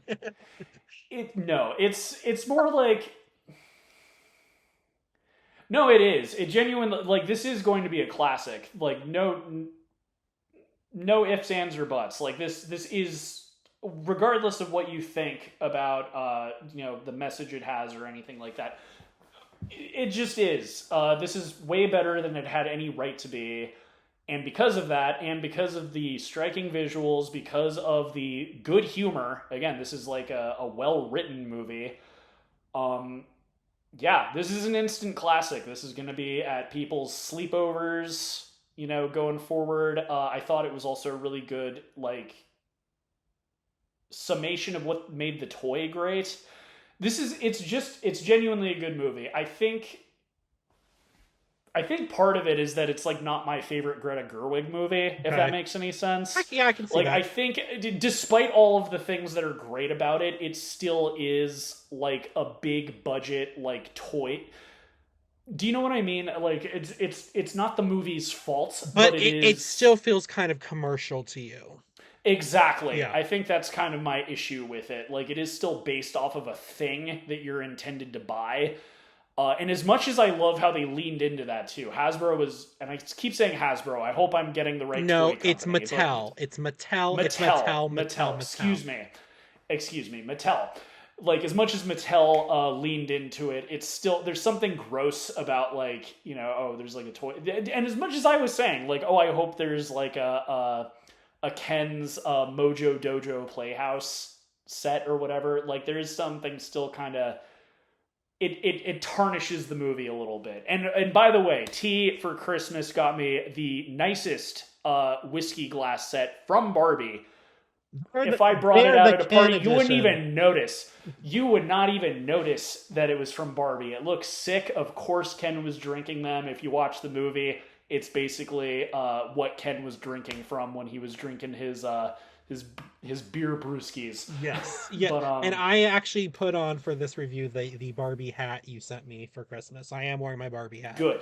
There you go. No, but I came dangerously close to spoiling some stuff. But yeah, so you're going to be a little mad at me, but hilariously, the next movie I'm bringing up, it gets a 3 out of 4. It's really good. It's one of the best movies of the year, but, like, as far as, like, being transcendentally amazing, It's just short of that, but it's still great. And it's an instant classic, regardless of what I think. Like, this is going, and that too, like, you're worried about it winning Oscars, T.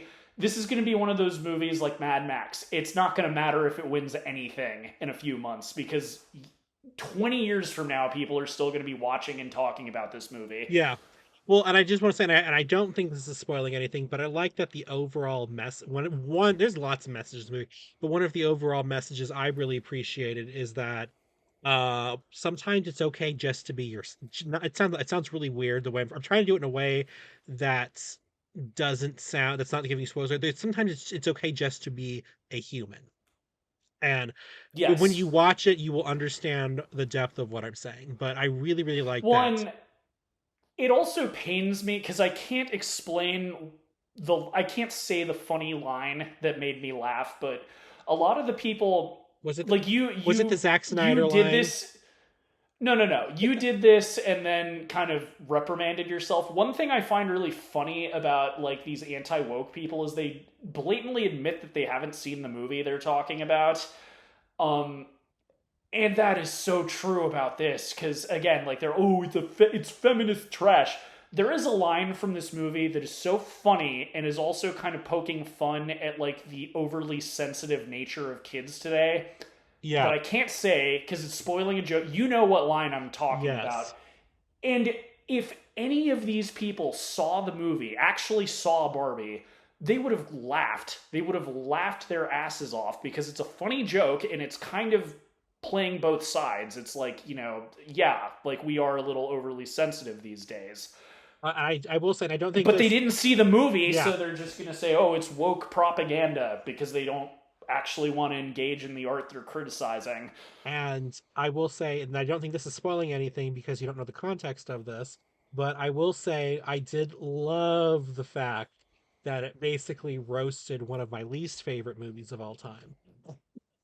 And you know what I'm talking about. Oh, of course. But it's Gone with the Wind. No. No, my God, how dare you? But that being said, this is my first 4 of the year, and I give this 4 out of 4 stars. And fair enough. And what again, the serendipitous nature of the way this list is working with us taking turns, because guess what the next movie on my side is? I'm assuming it's going to be Oppenheimer. Oh my goodness, we unintentionally have a Barbenheimer review right in the middle of this episode. Yeah, so Oppenheimer. So I guess I'll start with this. It's really good. Are you going to take your drink? Oh, Jesus. You can tell. This is why it's cool that by the we way, I'm start sorry. off, like, not drinking at all, because it's like, I know later on it's going to be like every other movie. Wait, what was your what was your number for Barbie too? You didn't give me your number. Oh, 3 out of 4. 3 out of 4. Okay. So again, one of the best movies of the year, but just for me personally, as I said, it wasn't like transcendentally amazing, but it's an instant classic, and there's nothing my opinion or anyone's opinion can change about that. All right, down the hatch with Oppenheimer. All right, really good. This is, as I said, I think you're gonna forgive me for my last review, my last rating with this one. This is awesome. It's actually amazing. Recently, I don't know if this is true or if it was just like the headline of this mini news story. Like, I read recently that Chris Nolan said that it is his best move, like his most successful movie of all time. Yeah. I don't know if that's true. If it is, that is incredible. I think it is, because I think it actually I remember news stories coming out when it surpassed Dark Knight. That is insane. You guys have to understand that a World War II movie with no murder, no gunfire, no Nazis, no murder asterisk. You know what I mean. know. Like, this is a movie, and this is a movie of a bunch of scientists talking to each other for 3 hours, and it beat a Batman movie. Not only a Batman movie, an Oscar award-winning Batman movie that was the highest-grossing Batman movie of all time, I believe, until, I mean, all of his... it beat a Batman movie. This is insane. Like, I knew back when it came out, it was already the most successful World War II movie of all time.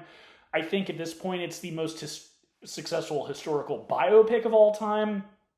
It's just been such a, especially after Tenet. Like, and you have become a Nolan fan just because of how optimistic and happy he's been cheering on other directors. Right. I told you, Well, man, and he was in a funk. I sent you an article when he talked about how, I captioned it Christopher Nolan after my heart here. He said how Yeah, we no, he's been need cheering on Taylor Swift. we had He's that, been, and you then know, he had he said he did start because all these big directors, like Martin Scorsese and Ridley Scott, both those guys have been complaining about, oh, we have all these big budget movies, no one wants to see our arty, and he was like, look, we need those big budget movies if you want us to be able to make our arty movies. That's just how like economy works. These and movies have also their sit place. down, boys. You have been dethroned. This man has made again. This movie beat Batman. Like it is insane. He was worried about it like underperforming against Barbie and stuff. And I was telling you months ago, I'm like, he's not a bad guy. He's not a bad guy. He's nervous. His last movie bombed. Like, and I'm right. Yeah, because you could tell and leading up to that, the release, he was a little tense when people asked questions about Barbie. Like, he wasn't yeah. trying to be an ass about it, but you could tell he was nervous. But I will say that the studio was more nervous than he did, because this came out recently, the fact that actually somebody at Universal contacted Margot Robbie because they knew her and tried to be like, hey, could you move your movie for us? And she was like, no. That's so. So there you go. like, remember, not in only the that, battle, Oppenheimer blinked, but just go ahead. Well, and not only that, but like back when it came out, there was like that thing where they took a photo of them seeing Oppenheimer with the tickets held up, and I was like, I just don't think he has a Twitter. I'm doubling down on that now, because the way he has been since it came out, he's been so supportive of Barbie, he's been so supportive of a bunch of things. He lost his mind. He was scared after COVID that the movie industry was imploding. He was scared theaters were going to go away, and he went crazy for a few years, to the point where he was like egging people on to see Tenet before it was safe to. Yeah. I'm just so happy he's succeeded. I'm so happy he's shown all of these pretentious directors that know if you make a good movie, you can have a 3-hour movie of a bunch of scientists talking to each other and it'll make $1 billion. Right. And that's, so going to this, my criticisms, it's not my personal favorite Chris Nolan movie, but just the feat of what he has done is amazing. Oh yeah, I agree. I'd say like, you have to know what you're getting into, because this is another 3-hour one, so it's very long. It doesn't feel its length, though. I remember being surprised once I got out of it, being like, "Oh, it didn't feel like 3 hours." So it's good in that sense. There's a good amount of like personal intrigue with his personal life and stuff that I was not aware of going into the movie. That being said, I think if you're used to Christopher Nolan's usual stick, you might be a little bit disappointed, because his whole thing is normally spectacle and special effects. There was a lot of gaslighting going into this about, I think I told you last year, I was like, oh my God, like I read an article that they set off a nuke for the Oppenheimer movie. BS. I think that's what everyone just expected, because he's just so over the top with his special effects. Well, in a good way. I'm crazy, because I couldn't find that article, but there was an article that came out this year that said, "Oh no, it's new explosion technology," and that makes me think someone said it was a nuke, and then they had to backtrack because it wasn't one. So like when the test, because there's only one explosion in the whole movie, it's worth it. It does feel really good, but I think with the hype around the new explosion technology, I was a little bit like, oh, that was it. Yeah. Like I was expecting it to like be like scary, shocking, like, oh my God, that's so realistic. So if you're used to the usual Nolan special effects, I think you're going to find this movie extremely boring, because it's not about that. This is like a character drama, like historical drama. It's all about the the titular character having an ethical dilemma about what he's doing and also having to wrestle with his personal life. And that's what it is. It's like this could be a stage play, to be honest, and that's what's really amazing to me. And I think really, yeah, I think that's one of the things that I enjoyed about it was its stage play-esque ability. There's just something about stage play drama that I don't know, just feels more it's weird. It's like it feels more real than like a drama movie. And I think that's why I did enjoy it. I will stick with my original thing where I sent you when I told you when I saw it, I sent you this GIF and I was like, this is my opinion of the movie. And it was Swell saying, you have free will. You do. And still kind of just like that a little bit. So it's very, very hard. I mean, I appreciate that he came around towards the end, and this is not the movie's fault or anything, but I was always just like, and again, this isn't spoiling anything because this is historical fact. Um, I still find it, it's one of these sticky issues where it's like he kind of knew what it would be used for, but it's like he didn't actually it's all these weird well, it's like it's theoretical, right? Yeah, it's like, theoretical. That's the thing. That was the thing that I thought was so interesting going into it was like they really like they knew what they were doing, but you can't conceive of it until it happens. Yeah, But, and I think that was kind of because like imagine if I had like a mathematical equation to create a weapon that just like makes a whole state disappear. Like that's so. Can it please be Florida? Because I wouldn't be as sad. Like it's hard to even really conceive. Like that was the aspect of the movie I thought was so interesting because they had no point of reference for what they were doing. They knew what they were doing, but they had no. And that was another thing is because it was all theoretical.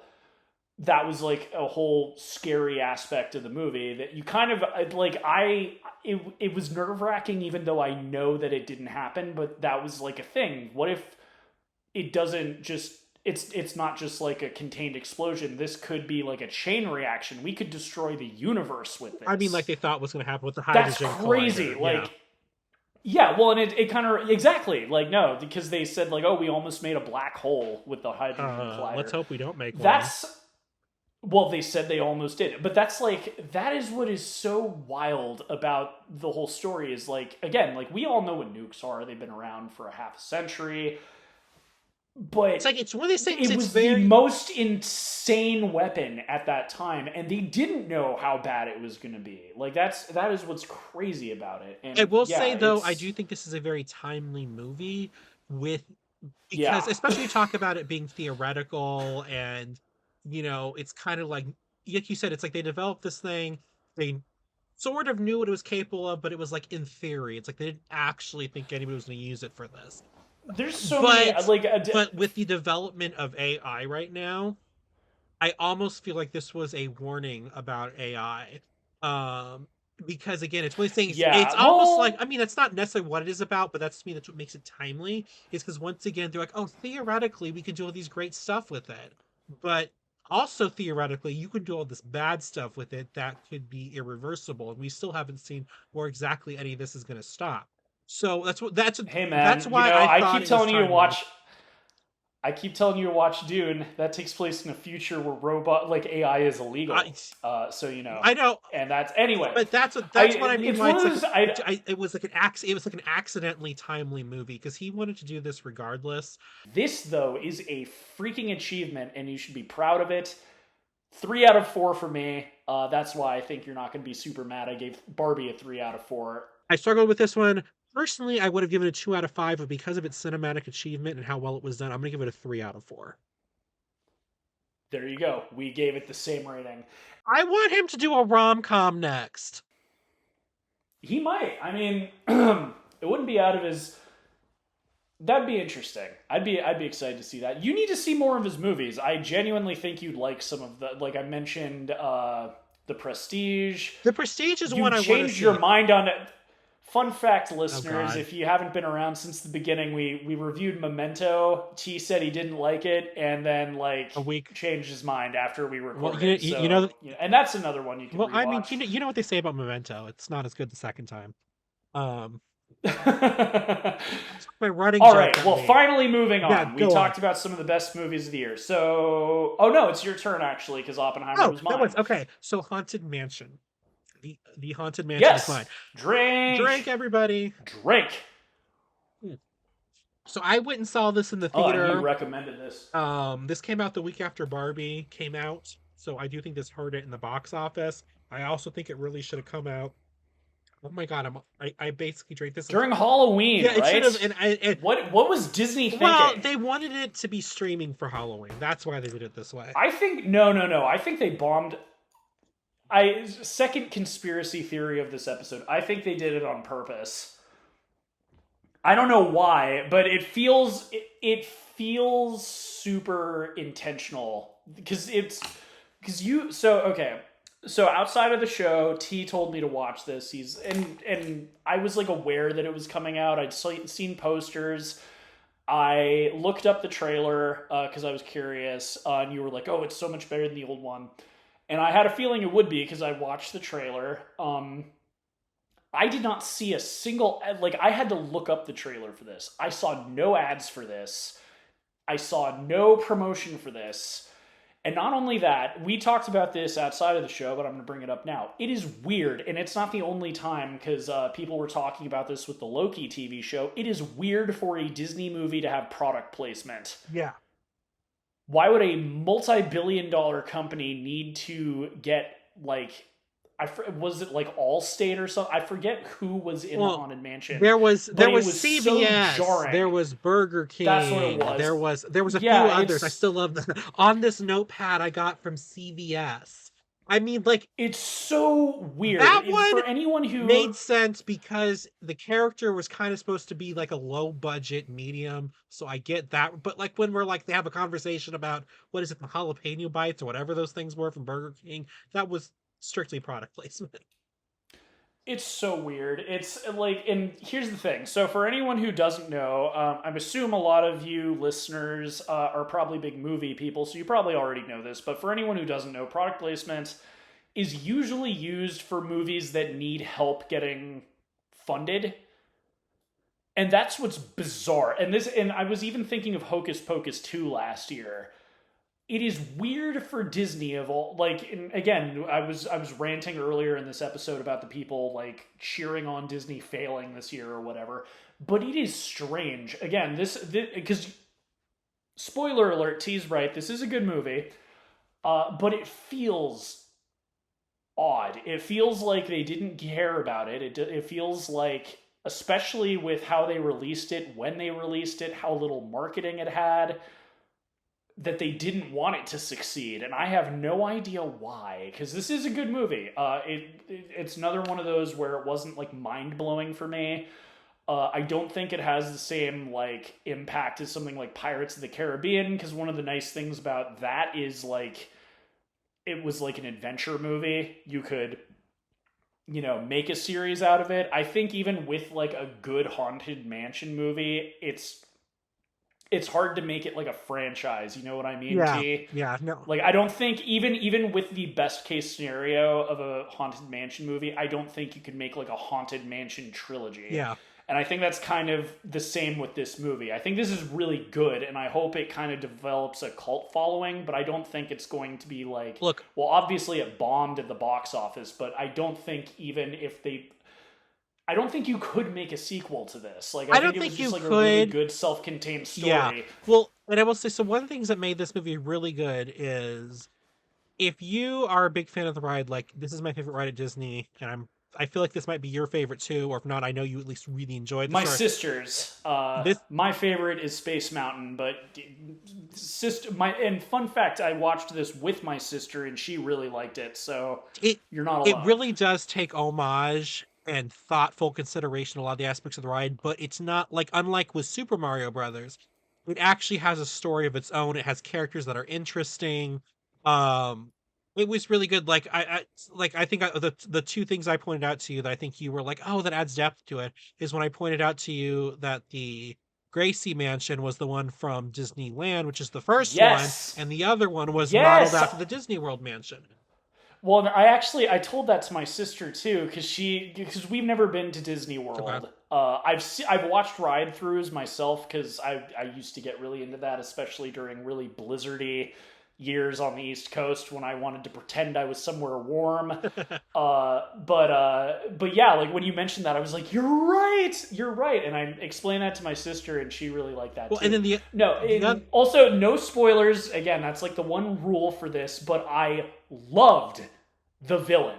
yes, That was such a good Easter, like not even an Easter egg. It's like a homage to a character who was in the ride and then wasn't in the ride and then was yes. added back into the ride. And what's interesting about that is Love that. because So because good. it disappeared and came back, it had this whole lore to it that people became active Yeah, no, fans of it. it's Whereas if it had been there the whole time, they probably would have been like, okay, it's just character. But it has this whole like development about it. I really liked. Let me see. I think there's a way to say this without spoiling anything. I really liked the use of the stretching room. yeah. Because No, I if like you've so if this you've ever because that was if you were like me the first time I went on it, I was terrified to get on it. I loved it, but I was terrified to get on it. And if I don't know if you knew this, but the stretching room is the last place that you have an opportunity to get off the ride before anything happens, which is why it yep. served the purpose it did in the movie. So, Yes. No, like here's the thing, without getting into story spoilers, if you've seen the Eddie Murphy one, there are references to the ride, but they are very surface level yeah, references. There's no story significance to any reference in that movie. yeah. This movie, there was a lot of thought put into where references were, what context they had in the story, and what kind of relationship to the ride they Yeah, had. it was all it's all Uh, story related. It wasn't just like, "Oh, hey, remember this?" It was like you said, it was actual. It served a purpose. It wasn't just there to be, as you said earlier, keys jangling in front of your face, being like, "You like this movie, don't you?" exactly. This was a No, really good movie. that's like the thing. The Eddie Murphy movie, Was a I didn't hate travesty. when it It came. was I didn't awful. hate it when it came. No, you're not wrong. I'm saying I didn't hate it when it came out because I was like a kid. But and that's the oh man, there's like aspects to that movie that could have been great, but they just blew it, and it just felt like a forgettable, crappy. No, this is good. Yeah. Not much more I can say about it because again, it's not like There- mind blowing. There's so Although much I talking want to about it talk with about it, you, but I can't because it gets into spoilers, and we have to move on anyway. But it, exactly 2.5 for me. I gave it Really, it's 3. good, but yeah. All I right. will say though, I in actually 20 years, because it's been 20 years since the 20 years, we better finally get the Guillermo del Toro Haunted Mansion movie because he has been on record and said he has written a script and everything for a Haunted Mansion movie. that'd be neat. That'd be And neat if he did that. he has a Haunted Mansion room in his house, which was just on his Twitter a few That's days really ago. cool. That's if I ever got to hang out with him, that's where I'd wanna do. That's where I'd wanna That's where you want to like, spend time in his okay, house. you almost said do it. I was like, what? This is going in another direction. Anyway, go on. I'm sorry, that's the Right, wine. right, yeah. Oh, too much schnapps. Okay. All right, this one we might be drinking for this one. I'm very because I recommended it to you, and there was like some hints that you might have seen it. Talk to me. Okay, no, I didn't see it, but the hand you're Okay. thinking of is because when I saw the other two movies in a double feature at a drive-in, it was playing at the screen next door. So every so often I would run over to see what was going on. Oh man. So I earlier in this episode I gave Evil Dead Rise a 3 because it's like, hey, I really like it, but is this like the best horror movie of the year? Can I recommend this to T? Is this so Evil Dead Rise, maybe you'll like it, T. This is one of the best movies of the year. It is so good. It is definitely the best horror movie of the year. It is amazing that 2 YouTubers directed and wrote Oh this. my god, really? Um, Yeah, it is like it not only is it a feat of filmmaking, but it's also a feat of showing, hey, sometimes like internet creators can actually make something good. This is another example of A24 making something that isn't just artsy fartsy nonsense. There is a emotional core to the story that I'm not going to spoil. This movie has one of the most unique takes on a seance. I love how there's kind of a parallel to the seance in the film and drug use at high schoolers' Yeah. parties. Um, and that's really all I can say. It's really freaking good. It's the the special effects are good. Like that's all I can say. One of the best movies of the year, 3.5 I mean, out of I four. tried to get my grandma to see it. I tried to tell her it was It's something really else, good. but she didn't go see it. So I was like, ah. I actually saw this with one of our You editors, saw this? Mr. Rice. I saw this with Andy. I Oh, did, okay. and he liked it. I don't think he liked it as much as I did. And also, like that's one of the. So we.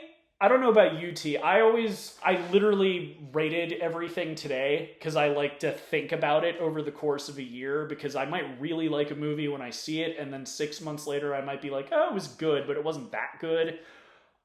This is one where I really like that I got to stew it over because I did like it when I saw it, but months later, I'm just like, dang, that was one of the best movies, Yeah. genuinely. Especially like when I'm looking back at all of the scary movies that came out over the course of a year. Amazing.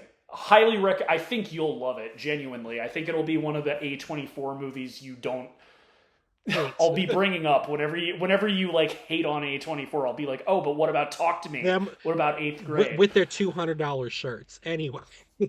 Right? Oh God, yeah, no, they deserve a little bit of hate for that. um. All right, your Okay. turn. I think maybe we'll drink to this one. Mutant Mayhem TMNT. No, I wanted to Okay. see it. I So I thought the animation looked sick, but I haven't seen it. I saw this with I have no I was not a Mutant Ninja Turtles fan as a kid. I was aware of them and everything, but I saw this in a double feature with Into the Spider-Verse. Uh, which I think the Nice. theater brought it. When I found out Into the Spider-Verse was some months before, I think they brought it back just to pair it with this movie.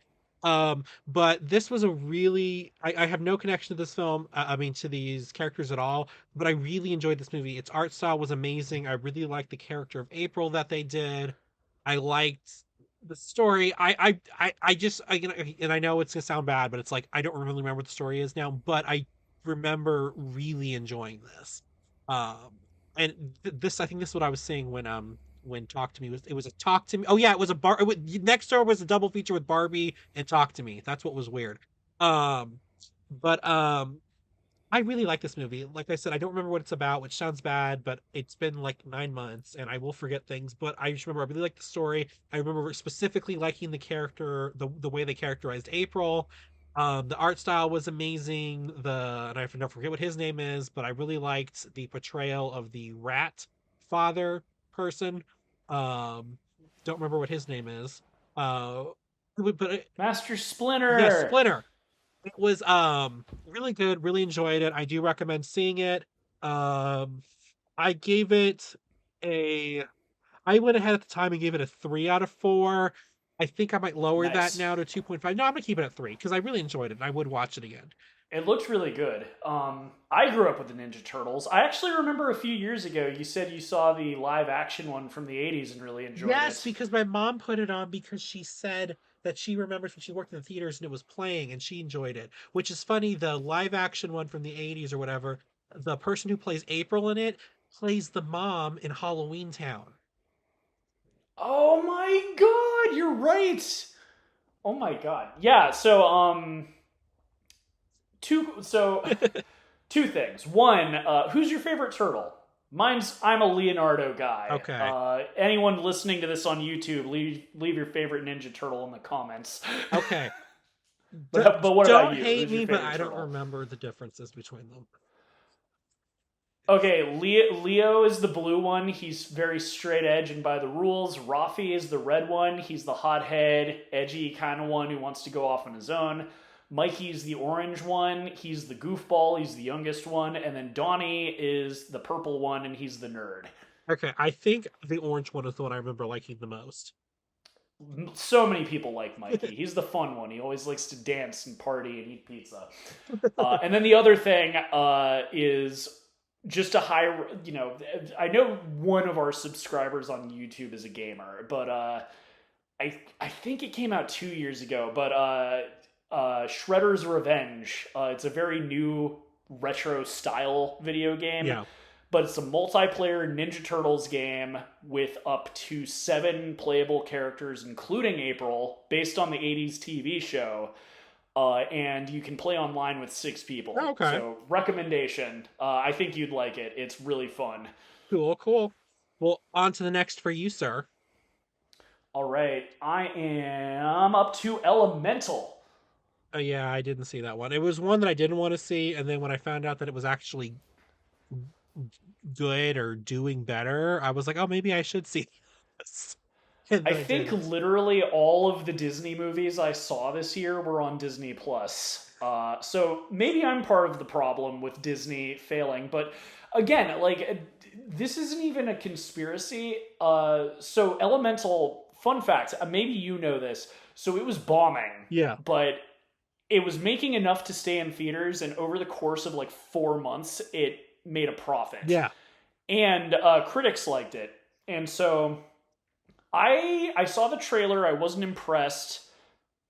I assumed it was probably going to be fine because it's Pixar, but I just didn't really have an interest in seeing it. And I heard about like the it making its money back, and I heard about critics liking it, and so I was like, okay, I'll check it out. Um, I think Disney sabotaged a lot of their success this year because this was one where the trailers sucked. I barely saw any like other advertising for it, and this was a genuinely great movie. Really good. Like, Yeah. apparently it was based on. I guess the director and writer was Korean. Director, writer, or both. It's basically like a an immigrant story, Hmm. but done with like this weird universe where everyone's a different element, Yeah. and it's a love Oh, story. okay. It's basically a rom com. Like, I genuinely think this might be one of your favorite Pixar movies of all time if you see it, because it's a rom com I essentially. remember there Um, were because I watch a lot of those YouTube drama channels, but there was I yeah. forget who it was. Somebody talked about how they were like when it was bombing, during the period it was bombing, there was a bunch of these TikToks kept showing up where they were trying. There were people like it's like Disney's trying. And it was I don't even think they were from Disney, but they were from other people. But it's almost like Disney was like covertly trying to make it seem like it was a bigger thing than it was. And it was like the moment this guy says his line or something, and it was some character in it, and then the video, Oh, no, no, no. everybody's going nuts for Yeah. it, and they're like, no one's in the Okay, theater. I don't think that was Disney. I think that was like people being sarcastic. Like, I think maybe it was Disney. I know what you're talking about. It's this little kid character who's like a little Earth guy, and he's in the movie for like a minute total, and he just has a couple of funny lines. Yeah. Like, his shtick is that he's flirting with the main character, but he's like 6 years old. That's like his whole But there thing. was like a whole series of If these that was Disney, videos. that was kind of smart, because I remember seeing those TikToks and videos and being like, oh, that's kind of funny. Like, oh, everyone's like going nuts for this innocuous character. No, it's really good. Highly recommend it to you, especially because it's right up your alley. It's, as I said, it's essentially a Pixar rom com. But it's a weird premise. I think that's part of the reason that I was kept away. Maybe some other people feel the same way. But without saying too much about it, it was really dang good. Really liked the love interest for the main character. I liked the backstory with how her family came to Element City and why her father is such a hard ass about not flirting with other Yeah. elements. It's great. It's genuinely really good. It's not one of my all-time favorite Pixar's films, but it is one of the better animated films of the year. Not my favorite of all time, but 3 out of 4, really good. Okay, so on to the next one. Let's see. For me, that is okay. This should be fine. Red, white, and royal blue. No, you showed me the I trailer for this one, and I know. wanted to shoot myself in the I face. know. I was watching it because I was watching it again the other day, and I was like, "Oh my god!" I remembered how much Whiskey said that he just wanted to die after watching the trailer. I promise you. I mean, like it is a rom com. It is a rom com, but I'm sure it's it's fine. It's better. just not my It's thing. better Like, though than the trailer makes it look. Um, okay, but and that's probably true. um, but will say it's still definitely probably not your thing. But like I said, I was just rewatching it the other day, and because I remember when I saw this, I started to write down good but nothing new, which is true, but it does have, especially when it gets more towards the third act, it has more depth to it and understanding. It is a little rushed. I did read the book, so I did know that there's more story they could have put in there. I do appreciate it cut out the more cringy parts, so they do at least have some editing powers. But it is definitely an enjoyable movie. It's one I'll probably watch a lot. I do have a thing for putting on like rom coms when I have nothing else to watch. So when I find new ones, I mean, I watch rom coms on purpose, but when I have nothing to watch, that's my go to genre, either that or true crime. So it is what I'm going to definitely watch again and again. But I really just liked, and I don't know, maybe I'm just like a softie. I do think there was emotional depth, and I really enjoyed it towards the end. I don't know, and I just think it's a fun movie that more people should watch. I did give it a 3.5, not necessarily. Um, for its cinematic achievements because it is shot very, I don't want to say generically because that sounds bad, but very, run of the mill rom-com style. But I got you. but it did seem like at least the two main actors were invested in what they were doing because their performances seemed to be above like kind of other people. They had Thurman in it, and they gave her this weird accent. I mean, it's supposed to be like she's from Texas and it has a drawl, but I was just like, girl, stop. Most people from Austin do not sound like that. Um, but it had some issues here and there, but it was a fun movie. So I went ahead and I gave it a 3.5. Noise. Okay, I promise you All it's not as right. painful as it looked. All right. I will be horribly, not horrible. I'll be shocked if we're drinking to this next one. And based on that, I wonder if you can guess what I'm about to Oh talk my about. god, is it Killers of the Flower Moon? OMG, you guessed! You guessed Yeah. correctly. Hold on, let me All let me right, just throw so some wine on the floor for that. Spit on it. hey man, no, don't ruin your carpet. No, okay, so I mentioned to you when I saw this. So this is I normally like to just base things on the movie itself, but there was a lot of criticism about this with like Twitter people, and Twitter people can often be kind of like the weird anti-woke people, Yeah. but just on the opposite end. I do think there's some valid criticism though. Like, so if I'm just judging it as a movie, it's good. It's really good. Like Scorsese, love him or hate him, the dude knows how to make a good movie. It The was more I generic learned, Scorsese. that's the thing. I don't like people. Some people I've been hearing saying like, "Oh, it's the best movies made so far." Really, guys? Really? Really? I don't know about that. The more I learned about it, because you're a fan of the book, we talked about it a little bit outside of the show. I found, and other people talked about it. There was the girl from Reservation Dogs talked about it. I have not read the book, so I did not know that it was from the perspective of the federal agent. Just it's one of those things, especially kind of getting into one of the last movies on my list.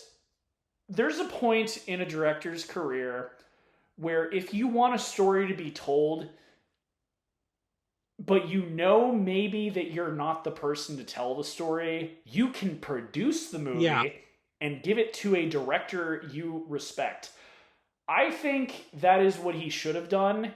And I think because that was another point of contention, is that it's from the villain's perspective. I would think that it's a bit far-fetched to say that he's trying to glorify what happened. I don't think that's true. I don't think he's ever trying to glorify crime. I think for whatever reason, he just finds it more interesting to frame it from the bad people's perspective. And that is so tone deaf in this particular case. Yeah. And I think the movie is worse off for it. I think this should have been from. I think it's been a few months, but Maggie, I think, is the character, Leo's love interest. Am I right, Maggie? You've read the book. I I Uh, read the book like a decade ago with everybody else. Whatever. And like Leah. First off, so we'll get into Oscars later on this year, but she's probably my pick for best lead actress this year. Sorry, Margot Robbie. I kind of got to give it Oh, to. okay. Um, Is it it's Molly Kyle? that's what it is. Okay, the actress's name is Molly. I forget the character's name. No, the Anyway, she in my is out of everything I've seen this year, she's my pick for best actress. It should have been from her perspective. It framing it from the people who were staging this whole thing is really tone deaf, and I kind of well, in I will case it's say not that obvious from my voice on the show, I'm a white dude, so like what podcast what over? whiskey's not Native American. No. No, but like the actress from Reservation Dogs, I really get what she's talking about because I thought it was a lot to watch Yeah. for like 3 hours of just watching these horrible people. Like, and someone else who was critic, I think it was like a scholar or something, but just the idea of tricking someone into falling in love with you only to murder them and their whole family is so it's so sick. I get it. Like especially like native people who are really finding it hard to sit through the movie. I get it. I really do. The movie's really well made. I think it should have been from her perspective. I think that a native director should have been helming it, or and that too. Like even if it was just like the book from the federal agent's perspective, there's just something really tone deaf about the way that this was made. Yeah. And I think there's some valid criticism to that. If you're just talking about the filmmaking technical stuff, the cinematography, the sound mixing, the acting, it's all good. Again, Scorsese knows how to make a movie, but I do think there's like a level of being responsible as a not only like an established famous filmmaker who has a lot of clout.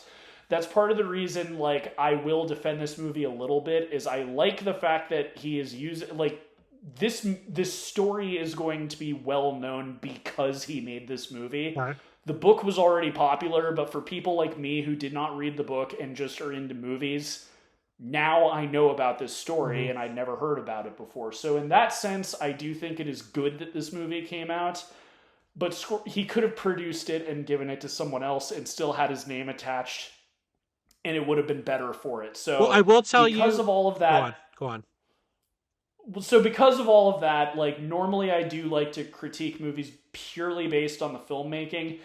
It's a movie directed by Martin Scorsese. It's a perfectly great movie. Is it his best movie? No. If you think that, I think you're maybe got your nose shoved up your ass. It's a 2.5 for me. Eat it. Die. On to the next one from me. Aristotle and Dante discover the secrets of the universe. Nope. Okay, this sadly got a very, very limited release.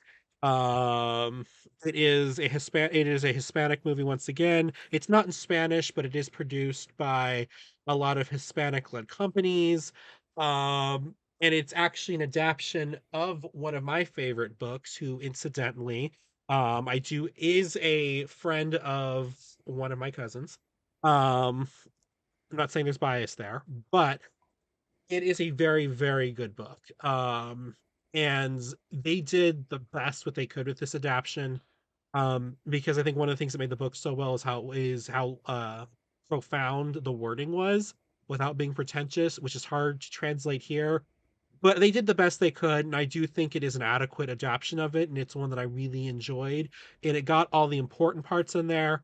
Um, I there were a few issues with it.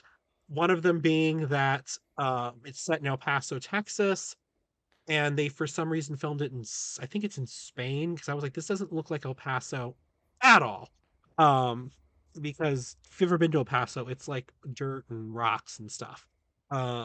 It's very beautiful, but it's not greenery and byways and stuff like that. And then My other issue with it is you can tell they shot it and then they decided they wanted a PG-13 rating.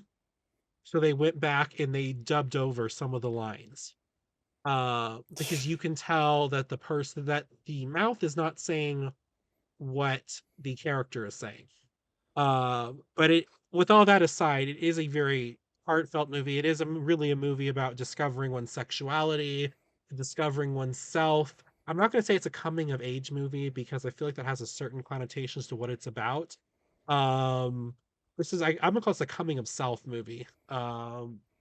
It's very interesting. Some people might find the characters a little bizarre, but it is a very, very good movie. It's a very emotional movie. Um, if you do get a chance, you should see this film because it is still very, very good. It's really hard to talk about what I like about it without spoiling it. So I'm just going to say the story is really good, the characters are really good, and the writing's really good. And I went ahead. I gave this also a 4 out of 4 stars because it is a very, very good movie. It did have just a few issues I pointed out, but nothing that really affected the overall enjoyment of the picture.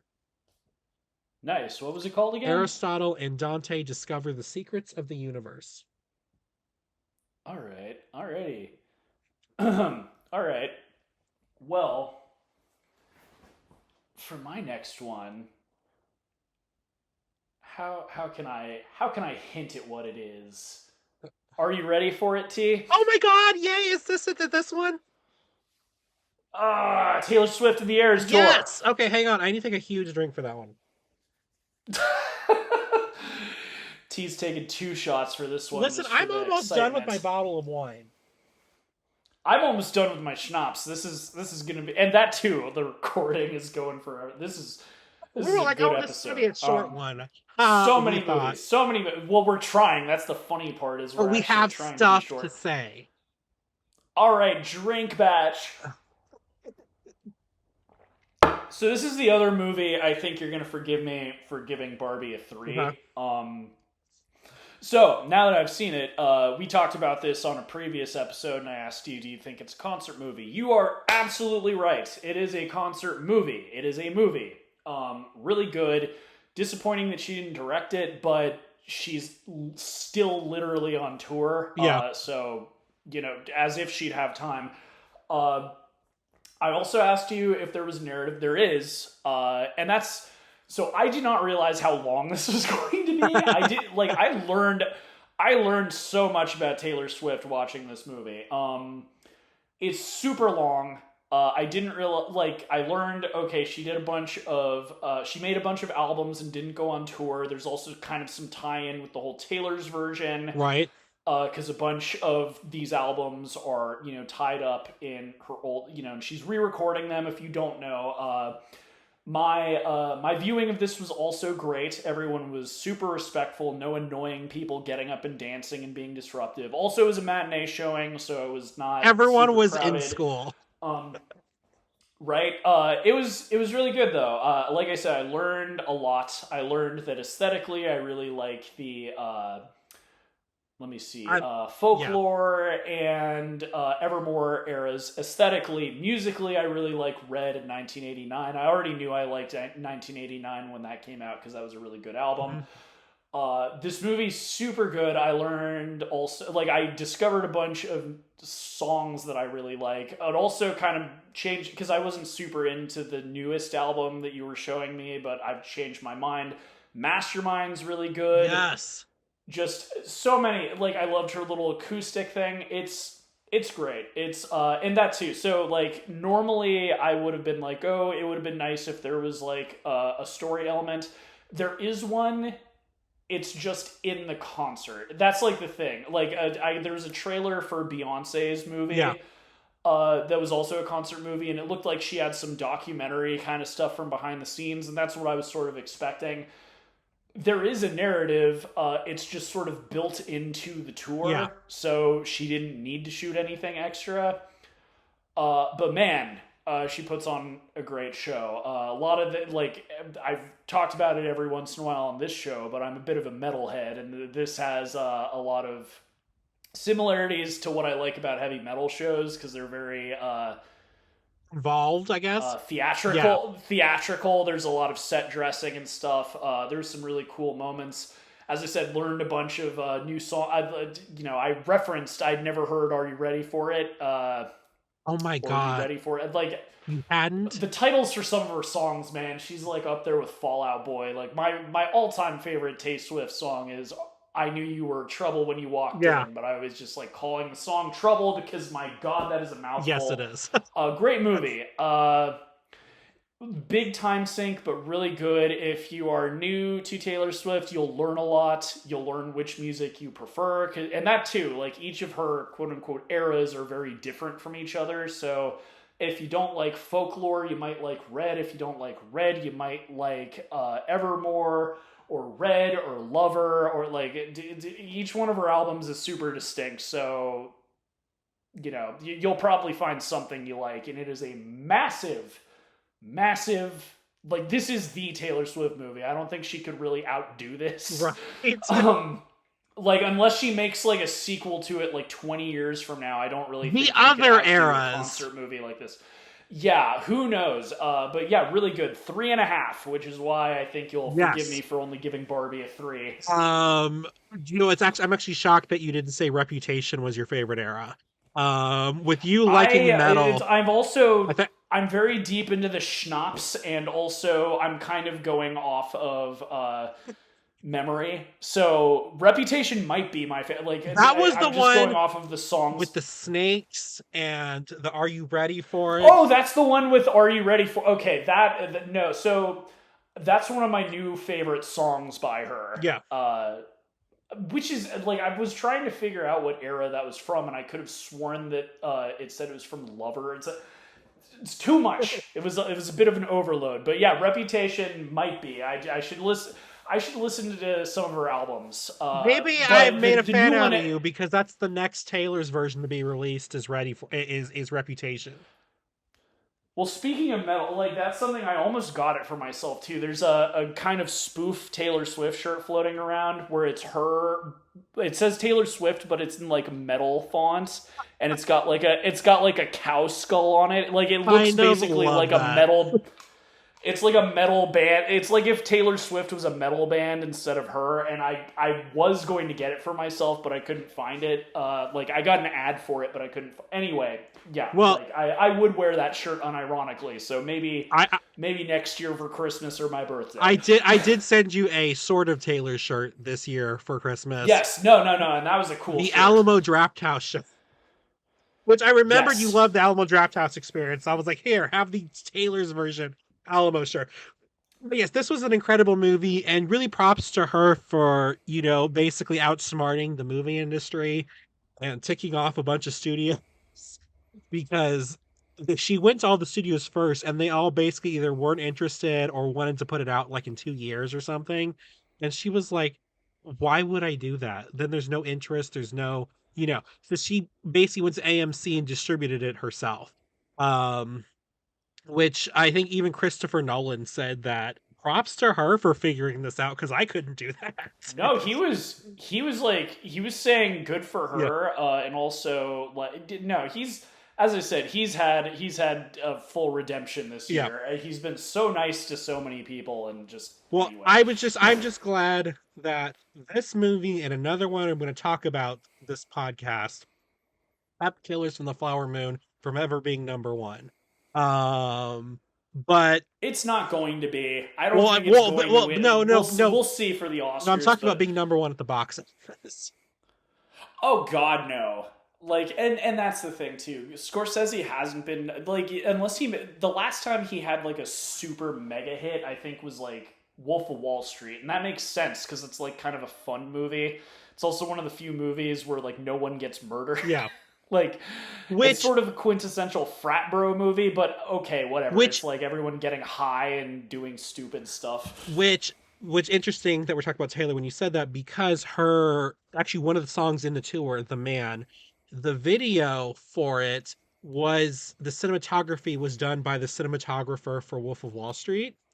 I remember that. I remember that video too, actually. And she basically, satirizes and kind of roasts The Wolf of Wall Street, because it's one of those movies where it's supposed to kind of be like, it's not like, oh, it's not celebrating because he gets captured at the end, but it's again, it's one of those movies that people take the wrong message from, like what's the word I'm looking for? Fight Club, where he Yeah. says if you like the movie, if you like the characters, you're missing the point of the movie. And that was another one of those, but that she was able to recreate a bunch of those sequences and basically, satirize them and roast them. It was so great, and she got his own cinematographer to do it. That was fabulous. But yeah, so I of course gave it a 4 out of 4. I did put an asterisk next to it, and I don't know why, but 4 out of 4 for me. Well, I think I know why. You forgot the other aspect of the show. I think I'm assuming because we're also supposed to pick a movie of the year. I have a feeling maybe that's what your asterisk is supposed to Maybe. mean. Okay, well, possibly. I've done that with my movie of the year, so maybe that's why you did. I'm assuming. I don't know if you. We're both pretty far into the sauce, so maybe that's why. All right, so I get to be well. Okay, so first off, I'm pretty sure we're both drinking for this one. I'm gonna be a little mean, and the gamers are gonna hate me for this one, especially after. I mean, the gamers are gonna hate both of us for Mario. Although I don't know, I feel like gamers were like lukewarm on Mario. But T, did you see Five Nights at Freddy's? Yes, I did see Five Nights at Freddy's. Drink, parties. girl.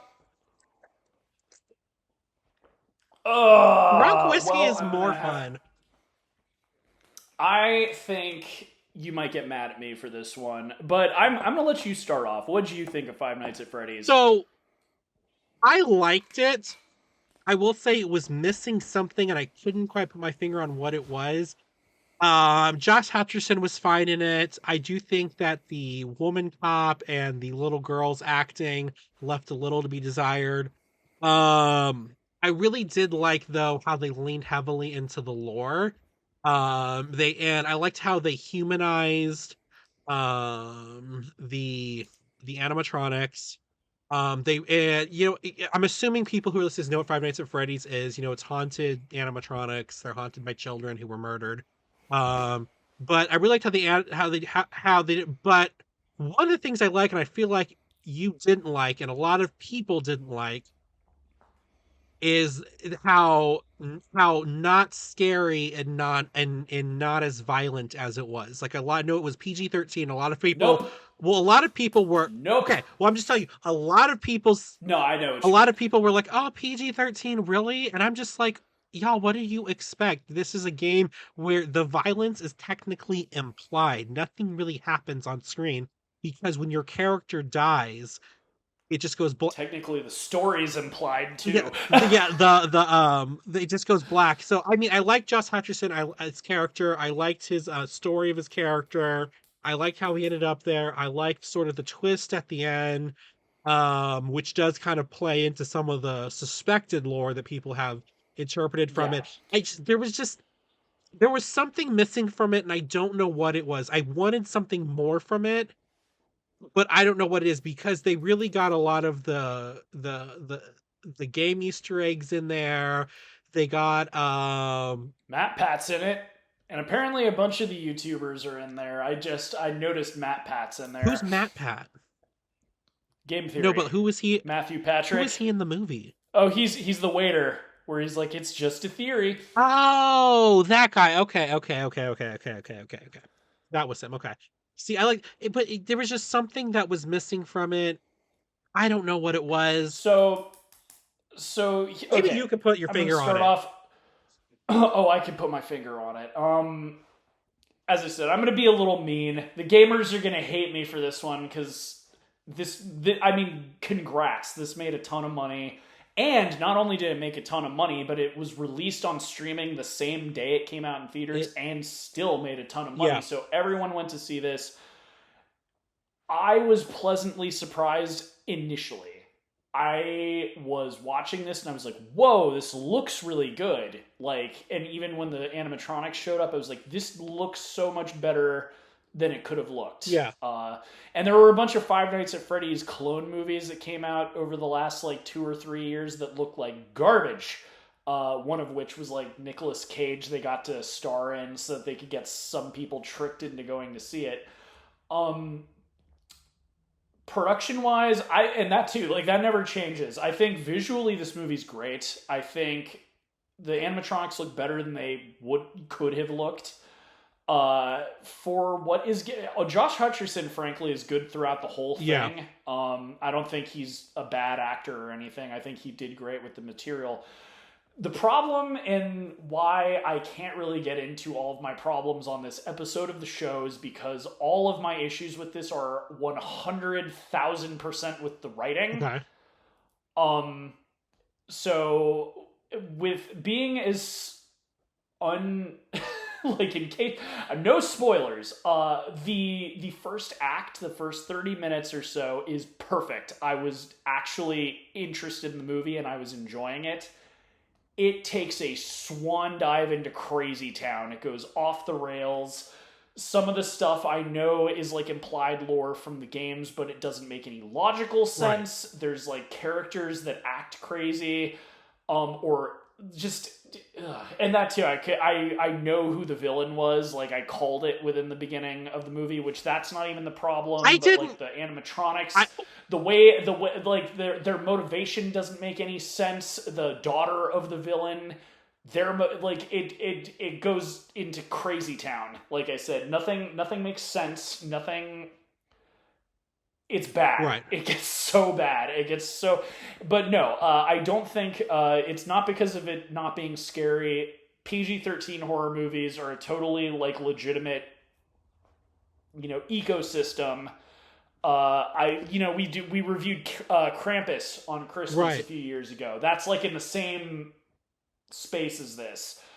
As I said, unless we like went into like talking specifically about plot points and spoiling the movie, I can't really get into it. But it went off the rails, which is a shame because it started out really good, like pretty much up until I think the point at which it takes a sharp turn into not making any sense is the point right after there's some bad guy characters that get killed off by the animatronics.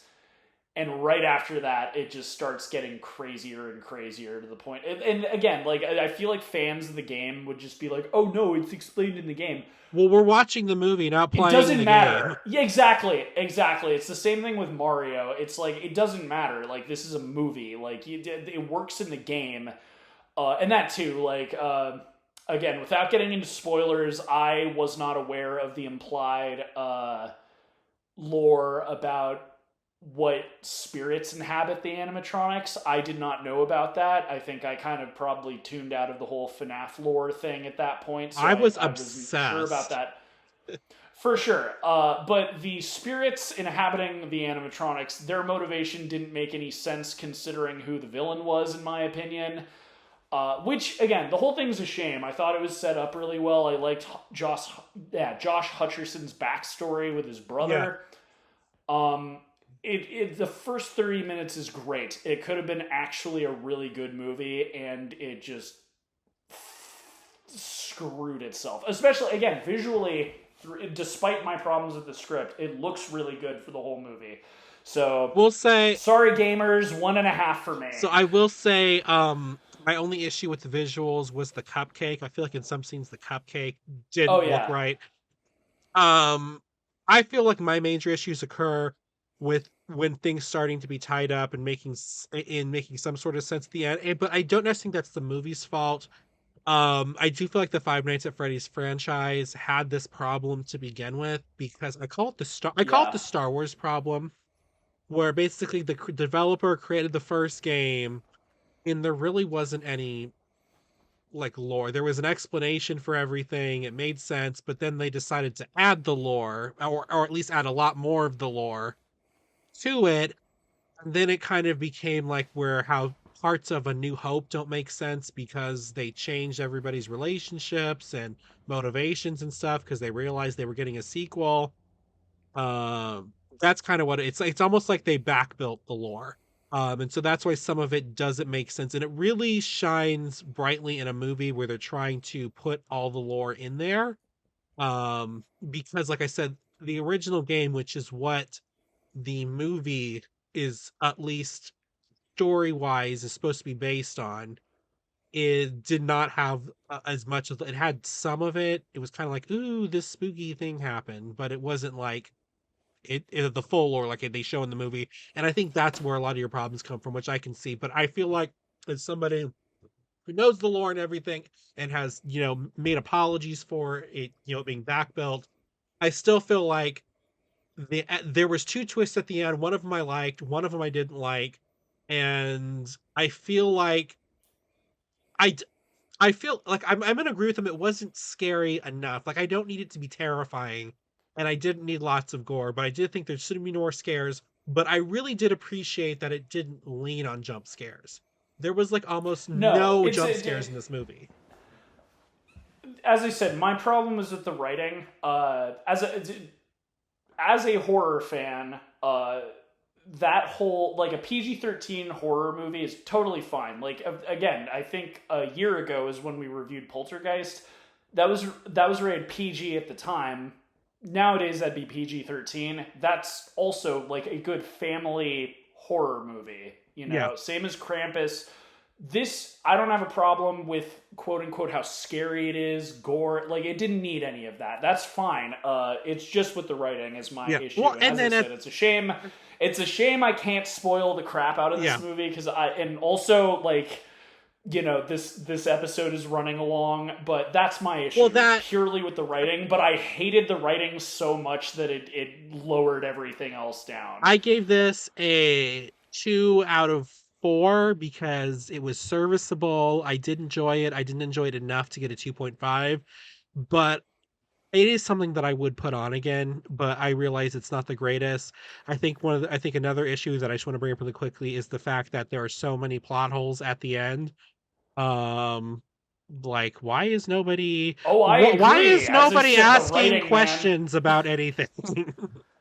There's so many. As I said, the writing is garbage in my it's but so close. But to be fair, I think it's funny. I'm technically only half. It's a Blumhouse movie. They do make some good stuff every once in a while, and that is a funny point too. All right. I guess it's your turn actually. Okay. Well, then I only have one left.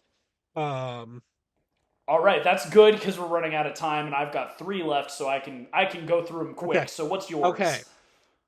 Waitress, the musical.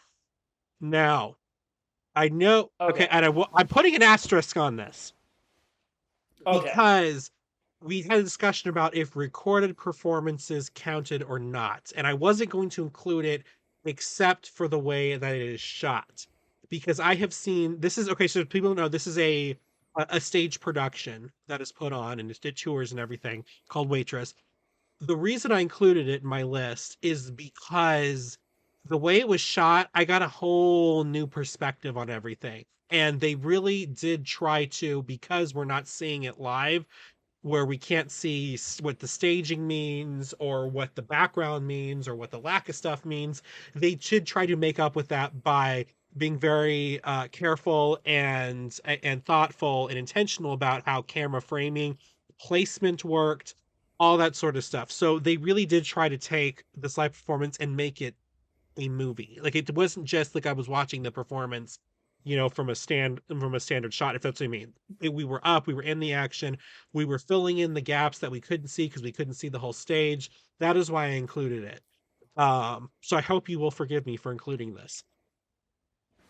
It's all good, man. I probably wouldn't consider it a movie, but it's all good. Worth a shout out, especially since it was released in theaters. I will. So since that's your, I am though going to give it a 3.5 because the camera work was solid, the adaptation of it to film was solid. My issues, even though I'm a fan of the play, the only issues I have remaining are with the narrative and things in the play, which don't really play into that. But I gave it such a high score because of how well it was adapted to the screen. So there you go. Fair enough. All right, so I have got 3 left, or I've got 4 left. Oh my god! All right, I'm gonna try and I am gonna. Hey man, I'm just a gonna, lot of good stuff. I'm gonna drink freely through this. No, go for it, man. It's been a good year for It movies, has. honestly. Like, I wouldn't say. I still think like the best year recently is 2019. Just any genre you can think of, there was a Yeah. masterpiece in all regards. But man, there was a lot of good stuff this year. All right, so I'm gonna take one shot and just go on through these. Hit it. Go off, sis. Boom. All right. We both survived, by the way. We both did not pass out during the drinking game. And I apologize for anyone who's seen these movies and have to do several shots one after the other. All right, Godzilla -1. Yes, I This did not movie, see that. I wanted to see that after you told me about it, but I didn't have time before recording. But I am going to see it. Go on. so we talk about, every once in a while we talk about YouTubers that we watch. A YouTuber who probably all of you have heard of is Moist Critical, Penguin Zero, Charlie, etc. He said this was his favorite movie of the year. He is not wrong. This is so good. I've recently gotten into kind of the kaiju genre. This movie actually made me go back and watch Shin Godzilla from 2016. Also really good. This movie is a historical drama on top of being a kaiju movie. You do not have to be a Godzilla fan to enjoy it. There is an emotionally gripping story going on.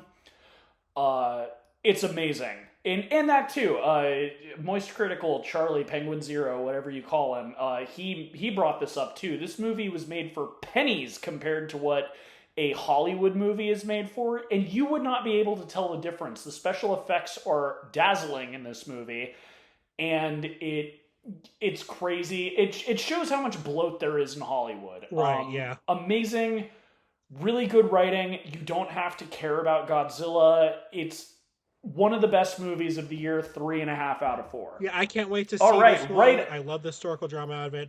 I call him Penguin ZO. Go on. Yeah. So, another, probably the best animated film of the year, in my opinion, The Boy and the Heron. Hayao Miyazaki has returned out of retirement to direct this film. Studio Ghibli released it. Christmas this year was packed, man. I was constantly going to the movies. This movie's amazing. It reminded me a little bit of Spirited Away and some other things. I think the Heron is an icon. You're going to see him on Hot Topic merch. Mark my words. The Heron is going to be all over Hot Topic. I actually, we talk about this every anime, but subs and dubs are like a contentious thing. I heard that Robert Pattinson did such a good performance as the Heron that I sought out the dub.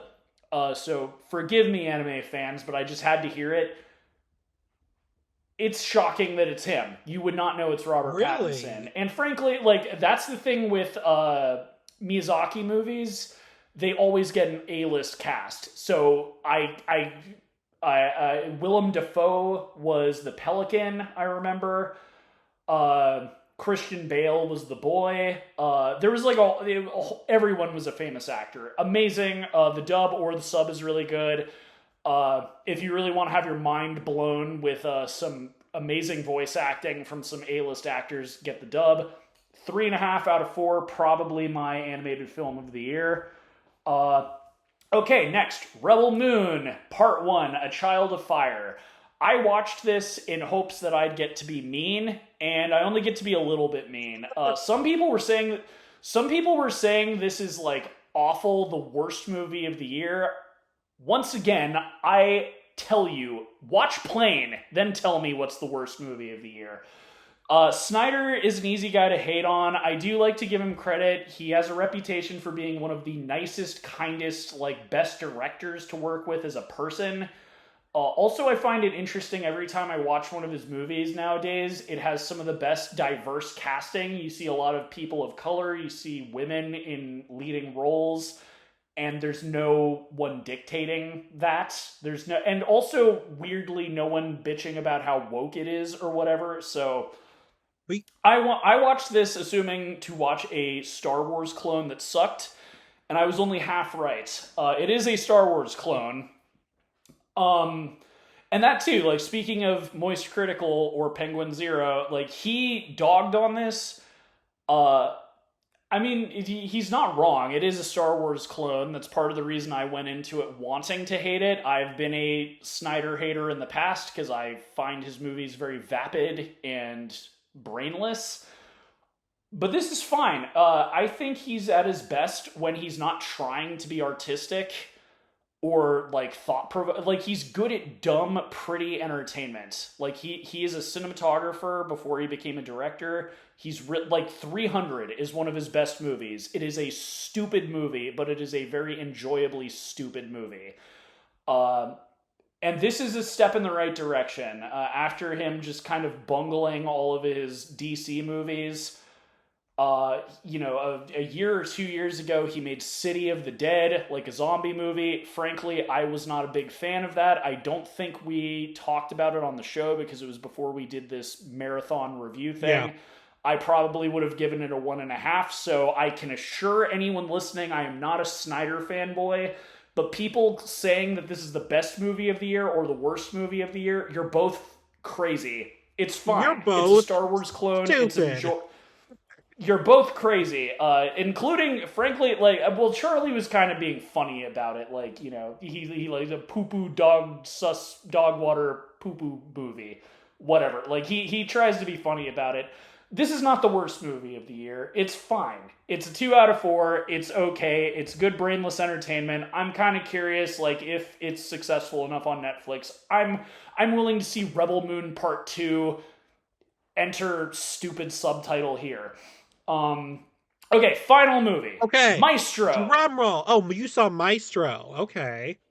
I did see Maestro. It was on Netflix, and I watched it because I was curious, because Bradley Cooper's a really good director, and he did, Star is Born, and Lady Gaga briefly fell in love with him because she lost her mind for a second, even though he's married.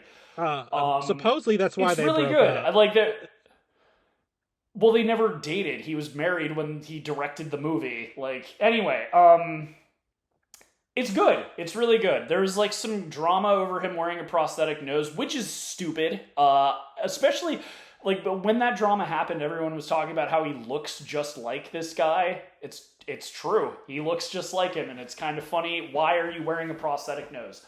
Really good movie. Also, speaking of Scorsese producing things instead of directing it, this was produced by Spielberg and Scorsese. So, anyway, going back, it's really good. So last year I talked about Blonde, which was ironically a Netflix movie as well, and I said awful. that it's I said it was an acting movie. That was what was good about it. And, I was wrong. She didn't win. I was hoping she would, but I was saying Ana de Armas at least deserved. Her portrayal of Marilyn was crazy. She's a Cuban woman and she's getting the voice down and everything. I thought it was really impressive. This is kind of the same way, where the acting is incredible. There's not much of a story. It's mostly just kind of scenes from the life of this composer and conductor. And frankly, musical legend, if you're a fan of American classical music, this guy is up there. And because I've had too much schnapps, I'm blanking on his name. The actual person it's based on, I know he was bisexual. So I'm always curious about whenever they portray these, if they try to really no in the movie. So that's the.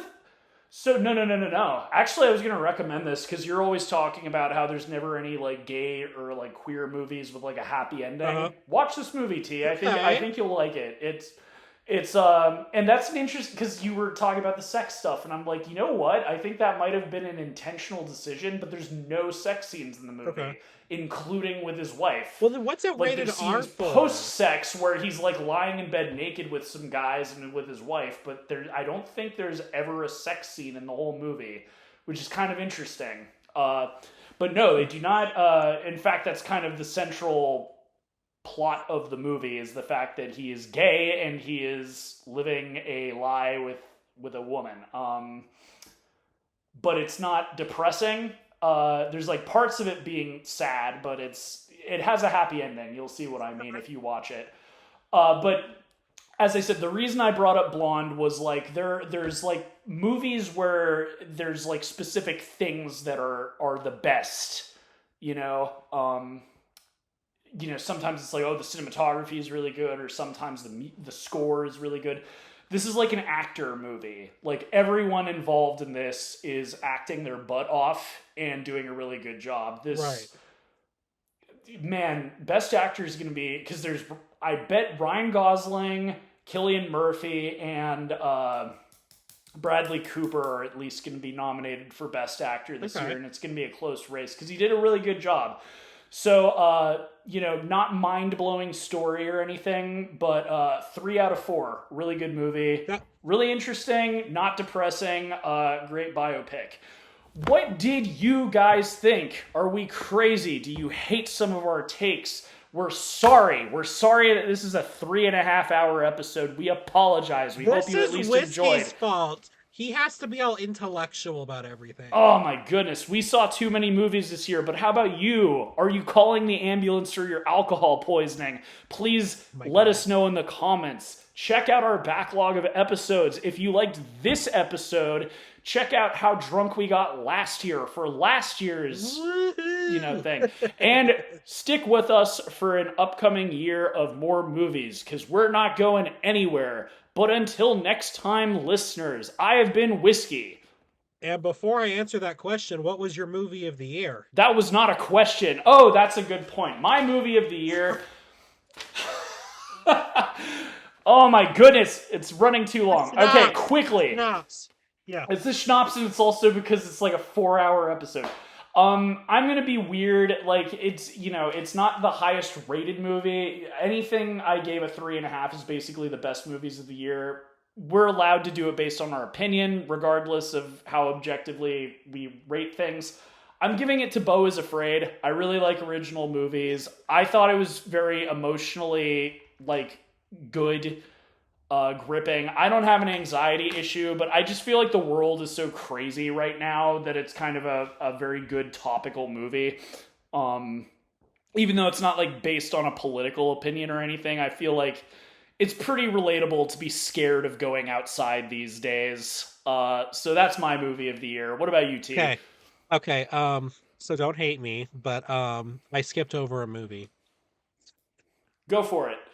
Okay, so last one was A Haunting in Venice. The latest in the Kenneth, I forget what his last name is, adaptation of the Agatha Christie books about Hercule Poirot. Really good callback to an old detective movie. I loved it. It's probably the most beautifully shot film of the year. Like, if we were picking a movie based on cinematography, I would have given it to this one. I really think you should see it. It's going to go on my Halloween rotation for the next few years. But my movie of the year is, shockingly, Barbie. Oh my god, I actually thought it might be Taylor Swift. But what did you give A Haunting in Venice, though? I gave A Haunting a 3.5. Okay, nice. Gotcha. But I'm not surprised. Yeah, Barbie, I gave it to it because it was it was just a movie that really made me feel part of a film community again, which I feel like I'm on the outside of it a lot. And it was nice to see, it's weird, but it's nice to see, yourself align with what the scholars think. And other than that, it was a solid movie, great performances, great messaging, great everything about it. Like you said, the second half is amazing. But yeah, 4 out of 4 stars for that one. But that is my pick for movie of the year. And I only remember this because last year I forgot to give my pick for movie of the year and I had to add it on at the end. Oh, yes. But and I don't even remember what it was. Awesome. Yeah, well, thank you guys for listening. That's another thing I like to do this is supposed to be the finale, but undoubtedly this is coming out probably late January. So thank you for listening. If this is the first episode or if you've been with us for the beginning, we really appreciate you. We hope you enjoy. And if this is your first episode, feel free to check us out. Listen to past episodes, whatever. I've had too many schnapps. And thank you for listening. I have been Whiskey. And I have been Sweet Tea. Keeping it Kino. And still sucking it Scorsese. All right, peace out, y'all. Until next time. See ya. Bye, y'all.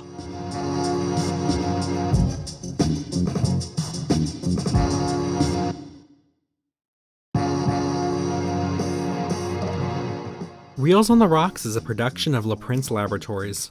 It is edited and produced by Alejandro Castillo and features original artwork by Asa Esparza and original music by Pat Mars. Follow us on Twitter at Reels on the Rocks and tweet at us with any movies or topics you'd like us to discuss in the future.